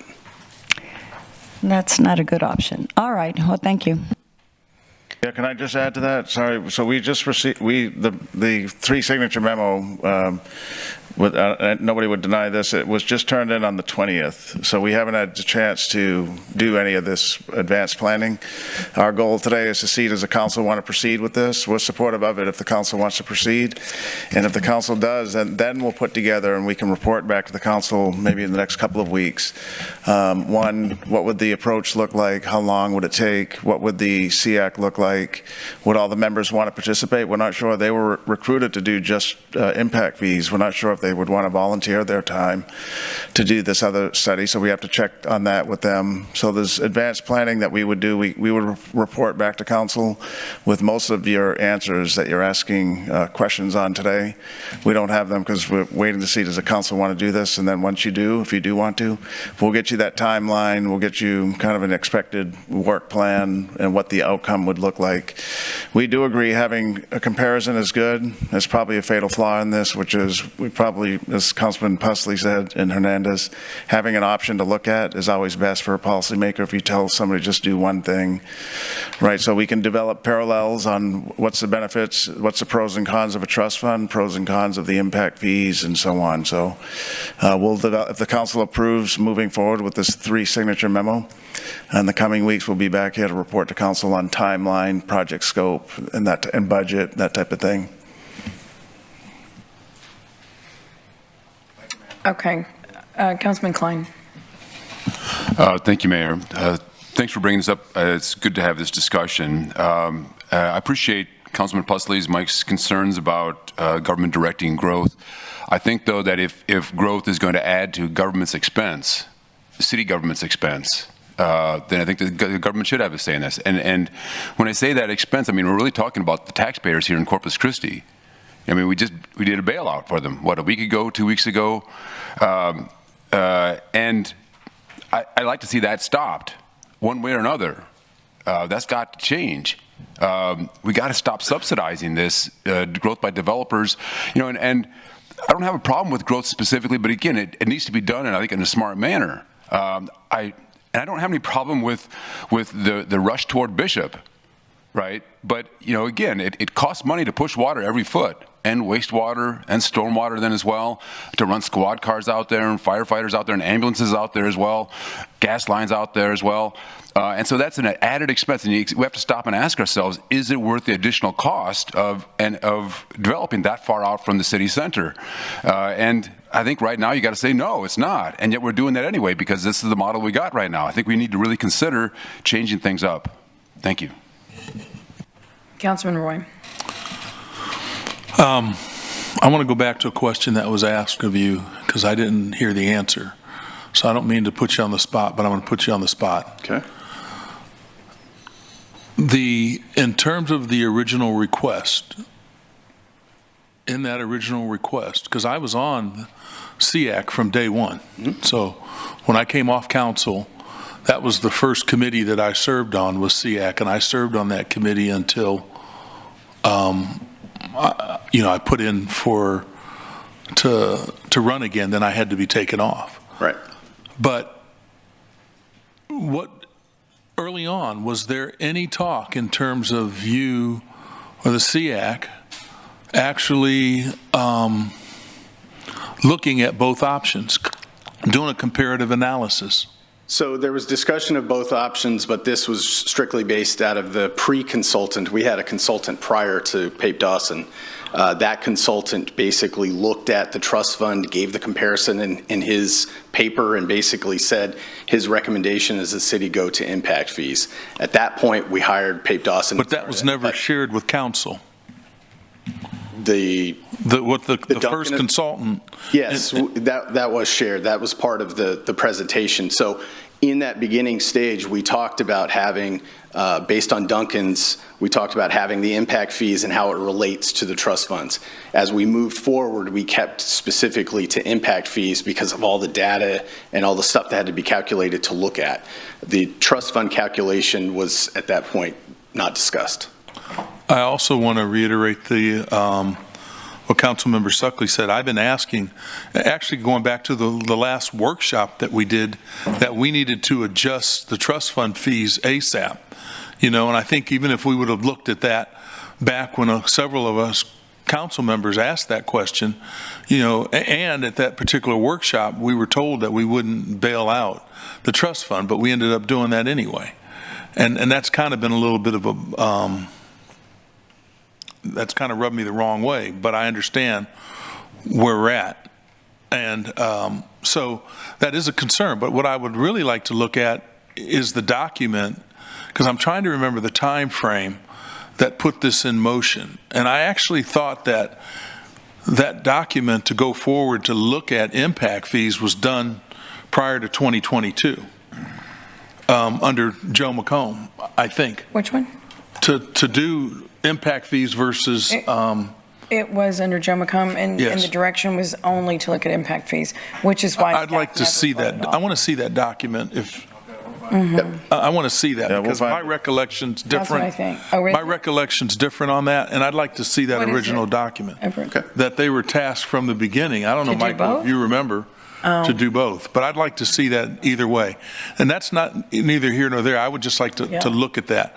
But the other thing is, I think that we're at where we're at because part of the reason is that some of these council members here ask about specific policies, and that because, again, we talked, and I've said this a couple times about the rule of threes, that if it's up to, when it comes to looking at the contracts in terms of who's going to do the work, that if the city bids that out, it's going to cost more money and it's going to take longer, which I think is going to affect and have an overall impact on the overall cost. And so that's a concern, and we've expressed that concern now well over 6 months. And just to look at some basic ideas on how are you going to handle that? Can you actually go through the process allowing the developer to get the contracts and honor those contracts and pay based on what that developer's done? We haven't had an answer for that. So I think part of the reason why we're here where we're at right now is because for whatever reason, the questions that we've asked multiple times, we haven't got an answer for. And sometimes you just have to shut things down and take a pause in order to make sure that we're not off the tracks. And I think that's where we're at right now. I hate the fact that we spent $4 million, but at the same time, this is a really important project. And I do believe there's aspects of it that were beneficial. And we've made progress because of this. I think we've learned a lot. I think the master plans, just going through and navigating through all of that has been helpful. So let's keep that in mind, and hopefully the things that I'm requesting that we can get. Yeah, Thank you. Get that for you. Councilman Hernandez. Okay, thank you. And I have to agree with Councilman Roy on this. There are some, I think the reason why we hit the pause button is because we were uncomfortable without knowing what the policies were going to be. The devil's always in the details, and we want to make sure that we're doing the right thing. I think we can do this simultaneously, review the trust fund, because they were never authorized to do that, with options to make it better for everyone, and then still continue with the policy process for impact fees, which is a reason why we hit the pause button. The trust fund, as I recall, the trust fund fees have increased 10% over the last 5 years, 10% each of the last 5 years. Is that Last correct? 3 years. 10%. Last 3 years? Okay, and we have plans to continue that next year, right? 10% with this budget. Right. Pending. Okay, so we're trying to get to right, but it only covers 2 areas, water and wastewater, correct? We don't have a stormwater component, we don't have a street component. They were, as I recall, they're in the UDC, but were never set up. Is that correct? Yes. Okay. So another issue there. And if the trust funds continued, the bailout would not necessarily exist. It would get replenished by the trust funds as they build, correct? Yes. Okay. On the question about development, people are going to live and move and build where they want to, whether we want to like it or not, whether it's in the city limits or not, right? Mm-hmm. So we've had this policy, councils in the past have had this policy in the past. They didn't want people building over on the other side of Oso. People built anyway, but they ended up building these big acre lots with septic tanks. And then we ended up annexing it anyway, but without the infrastructure, because we didn't want growth there, and we tried to stop it. But they're going to go there anyway. Let's try to make this to where we can work together and do this without having that kind of conflict. He's right. Councilman Pusley said, if you're using this thing to try and prevent growth in a certain direction or do something specific, they're going to do it anyway. You can't stop people from living where they want to live. People have the right to move wherever they want to move to. Let's try and work that out. I think this is a good opportunity for us to walk and chew gum at the same time. We can do both. And we have time. Like I said, we weren't scheduled to do this until October 25th of 2025. We have the time. They could do it within, 5-6 months. I'm not going to put you in a position to say you got to do it at this particular time, but you have a kind of a built-in deadline, right? Yes. Okay, so we can do it within that time frame. It should be okay. I don't think there's no harm in this. What was the time frame? October 25th, 2025 was when the October 1st of 2025. October 1st of 2025 is when we were supposed to implement impact fees. The holdup was we were concerned about the policies because they weren't developed yet. So we have time. There's no rush. We're not rushing anybody. And we're not trying to say, and I understand, we're pushing it to the next council, but we were doing that anyway because we didn't have the policies. So I don't want to give anybody, the hey, we're not going to do impact fees kind of vibe here. I want to make sure we have all the information possible and good options for us to choose one way or another. Thank you. Thank you, Councilman. Councilman Pusley. Yeah, just real quickly, the bailout of the trust fund would have taken place regardless of which way we went. We had to do that. And the first time I heard that, and it dawned on me we were going to have to, was when Michael Miller brought it up when we had the meeting down at the ABC Center. And he raised his hand and said, what are y'all going to do about the balance that's owed on the trust fund now if you go to impact fees? And obviously, somebody's going to have to bail that out. So I think, so anyway, and you know, and I hate to go back in time, but when I served on the planning commission, which was a long time ago, Fred Brazelton was on the planning commission, and Fred was one of the original behind the original Creators, trust fund. correct. Creators, yes. And he was saying then that the trust fund was not receiving the amount of money, that it was going to have to receive more funding on a go-forward basis to be able to keep up with the growth. Because at that time, we were approving multiple subdivision plats at every planning commission hearing to expand all of those homes that you now see out on the south side weren't built then. Right. And so that growth was going to take place, and we've had tremendous growth in this city with respect to housing, tremendous growth. It's, you know, and I just want us to have, and Councilman Hernandez is right, we're not in any rush. I'd just like to see us give an opportunity to look at it. And if the answer comes back, it's not the right way to do it, and the trust fund can't be developed to support its own self on a go-forward basis, because you have to understand the trust fund is paid into by the developers as they develop. And that money is used to put the infrastructure in place. Now it only puts partial infrastructure in place. And the way I think it should be looked at is it should fund all of the infrastructure that goes into developing a subdivision. Streets, water, sewer, stormwater, everything. So anyway, that's it. Councilman Suckley. Thank you. One last comment, maybe request, probably more so a request is, you know, I think Councilman Barrera brought it up earlier about, you know, I think it was Roland that mentioned kind of this being an industry standard, impact fees. It's all over the state. It's in our local, in the coastal bend, is, you know, being a barrier potentially as some of these other developers and folks come into town. I would like to see, along with the other information that Councilman Roy requested in the future, is can we see for ourselves what a new developer to Corpus Christi would be presented with in terms of understanding the trust fund and how it works? Yes. I'd like to see that. Yep. All right, thank you. Okay, great. So we have a motion and we have a second. So I'm going to ask everyone to please submit your vote. And this is, Clarify real quick, what is the actual motion? well, yeah, that's what I was about to do.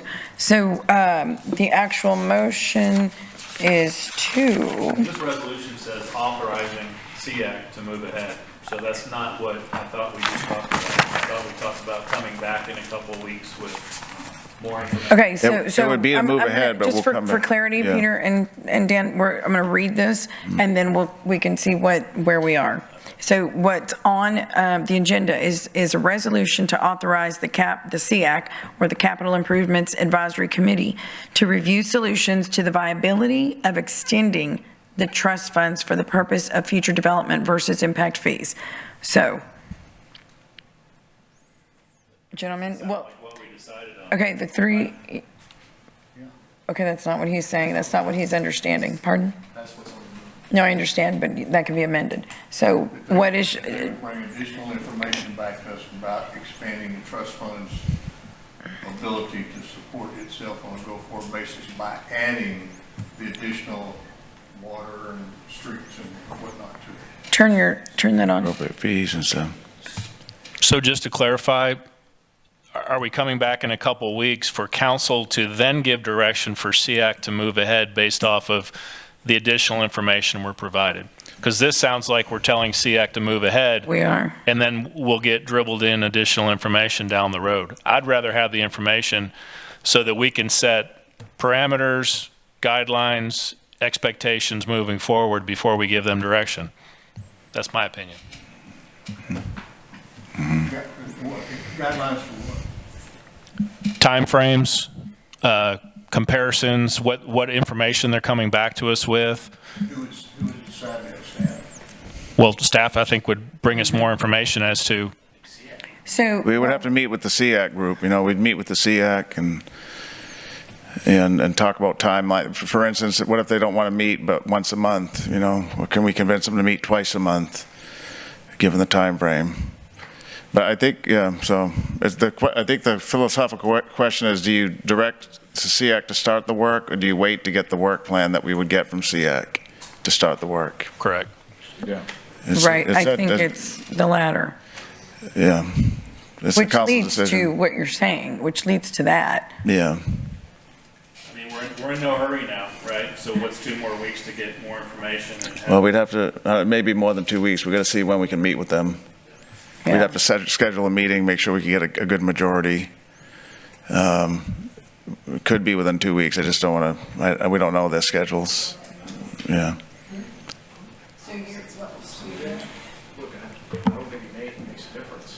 Yeah, I think the motion could be directing staff to meet with SEAC to vet this idea with them, develop a work plan. Okay. And some goals to be done by them, and we'll report back to council. We'll let you know as soon as we start talking to the chair and the folks. I'm voting yes to that. Yeah, and then we can bring in timeframes. So probably like the 10th of September, we could be back here with that, and you can vote on it then. Based on the work plan, I think we could probably pull everything together by then. That's about 2 weeks from now. I'll recommend an amendment based off of what Peter just said. I second it. Yeah. Okay, we have a motion and a second. The motion is for the 10th, to come back on the 10th? Yeah, the 10th, or let's see, what's the next meeting after that? The 17th? Probably, let's say the 17th, because we're not sure if we can get them all in the same room in 2 weeks. Okay. So let's say no later than the 17th. If it's ready by the 10th, we'll come on the 10th. That no later than the 17th, we'll come back to the council with a work plan as endorsed by the SEAC in terms of their meeting availability, a potential calendar, and deliverables, looking at just the trust fund, and then ultimately a comparison between the two, trust fund and impact fees. Okay. Yeah, so it's... The amendment again? Yeah, so the motion is we direct staff to meet with the SEAC to develop a calendar and a work plan approach on how they would analyze trust funds as an alternative to impact fees. Cool. And we would bring that back to City Council no later than the 17th of September. And a work plan approach, what was after that? A work plan on developing trust funds as an alternate method for infrastructure development to impact fees. Or, an alternate. That's fine. That's fine. It gets the work going. I think that's what the council, I think that's what we're, That's a good one, yeah. okay. In the meantime, can we get the information that we requested? Can we get that over the next several days? Yeah, we'll email you. Yeah, we'll email you those original documents. They just gave me one now, but it was under this mayor, so we're going to get the ones from Mayor McComb where with this council meetings, everything's on record, so we'll get the tapes and the ordinances and memos and build that narrative to what did we actually say when we said, let's just do, if that's what we said, let's just do impact fees, so. Just get all the information. Yes, yeah. Yeah. Councilwoman Campos. Okay, and so if we don't move on this motion, then what would happen? Goes back to the original motion. No, I know, but, well, which is so either we do nothing or? Well, the original motion is to authorize the SEAC to start looking into it. But all we're doing is saying, let's take a step before that and have staff go meet with them and figure it out and then come back with a plan. But if we don't approve this motion, what will happen to the trust fund and the impact fees? Like, then the trust fund would be reviewed by, later? At what is the? Trust funds are currently in the UDC under Article 8. We are in the process of beginning that UDC examination, and Article 8 is one of those to be reviewed, so it would be reviewed at that time regardless. I think with this motion, what it does is it filters it back to the SEAC for them to discuss prior to UDC changes, so when we do present to council, all the bases are covered as it were. And when is UDC scheduled to meet? Article 8, I want to say within 2 weeks. I'll have to get back to you on the exact date. They're starting that. We've already had notice go out. We've briefed Planning Commission on the start. I don't have the exact date. So UDC was already planning on looking at the trust fund? Well, we look at everything. from page 1 to page end. So if it's in there, it'll be looked at. Okay.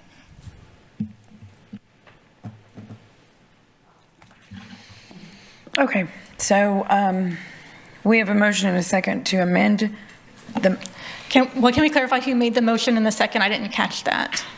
who made the motion? Councilman Suckley I second. and Councilman Barrera seconded it. Please submit your vote.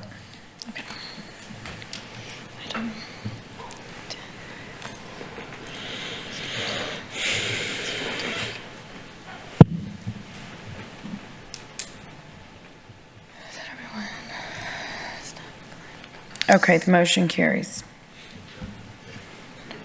Yeah, we're good. Thank you. We'll come- Okay. yeah. Well, that was the amendment. Now we got to Okay. vote That was as the amended.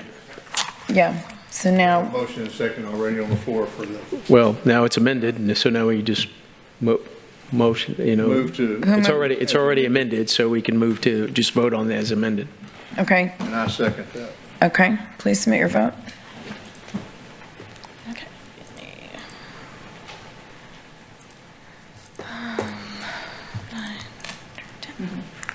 Okay. Hold on, let me, As amended. She's having to do double duty over there. Yeah. There we go. there we go. How's that work?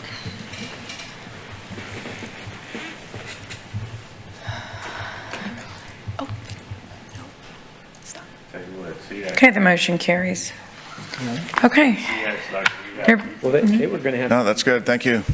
okay, there being no further business, this meeting is adjourned.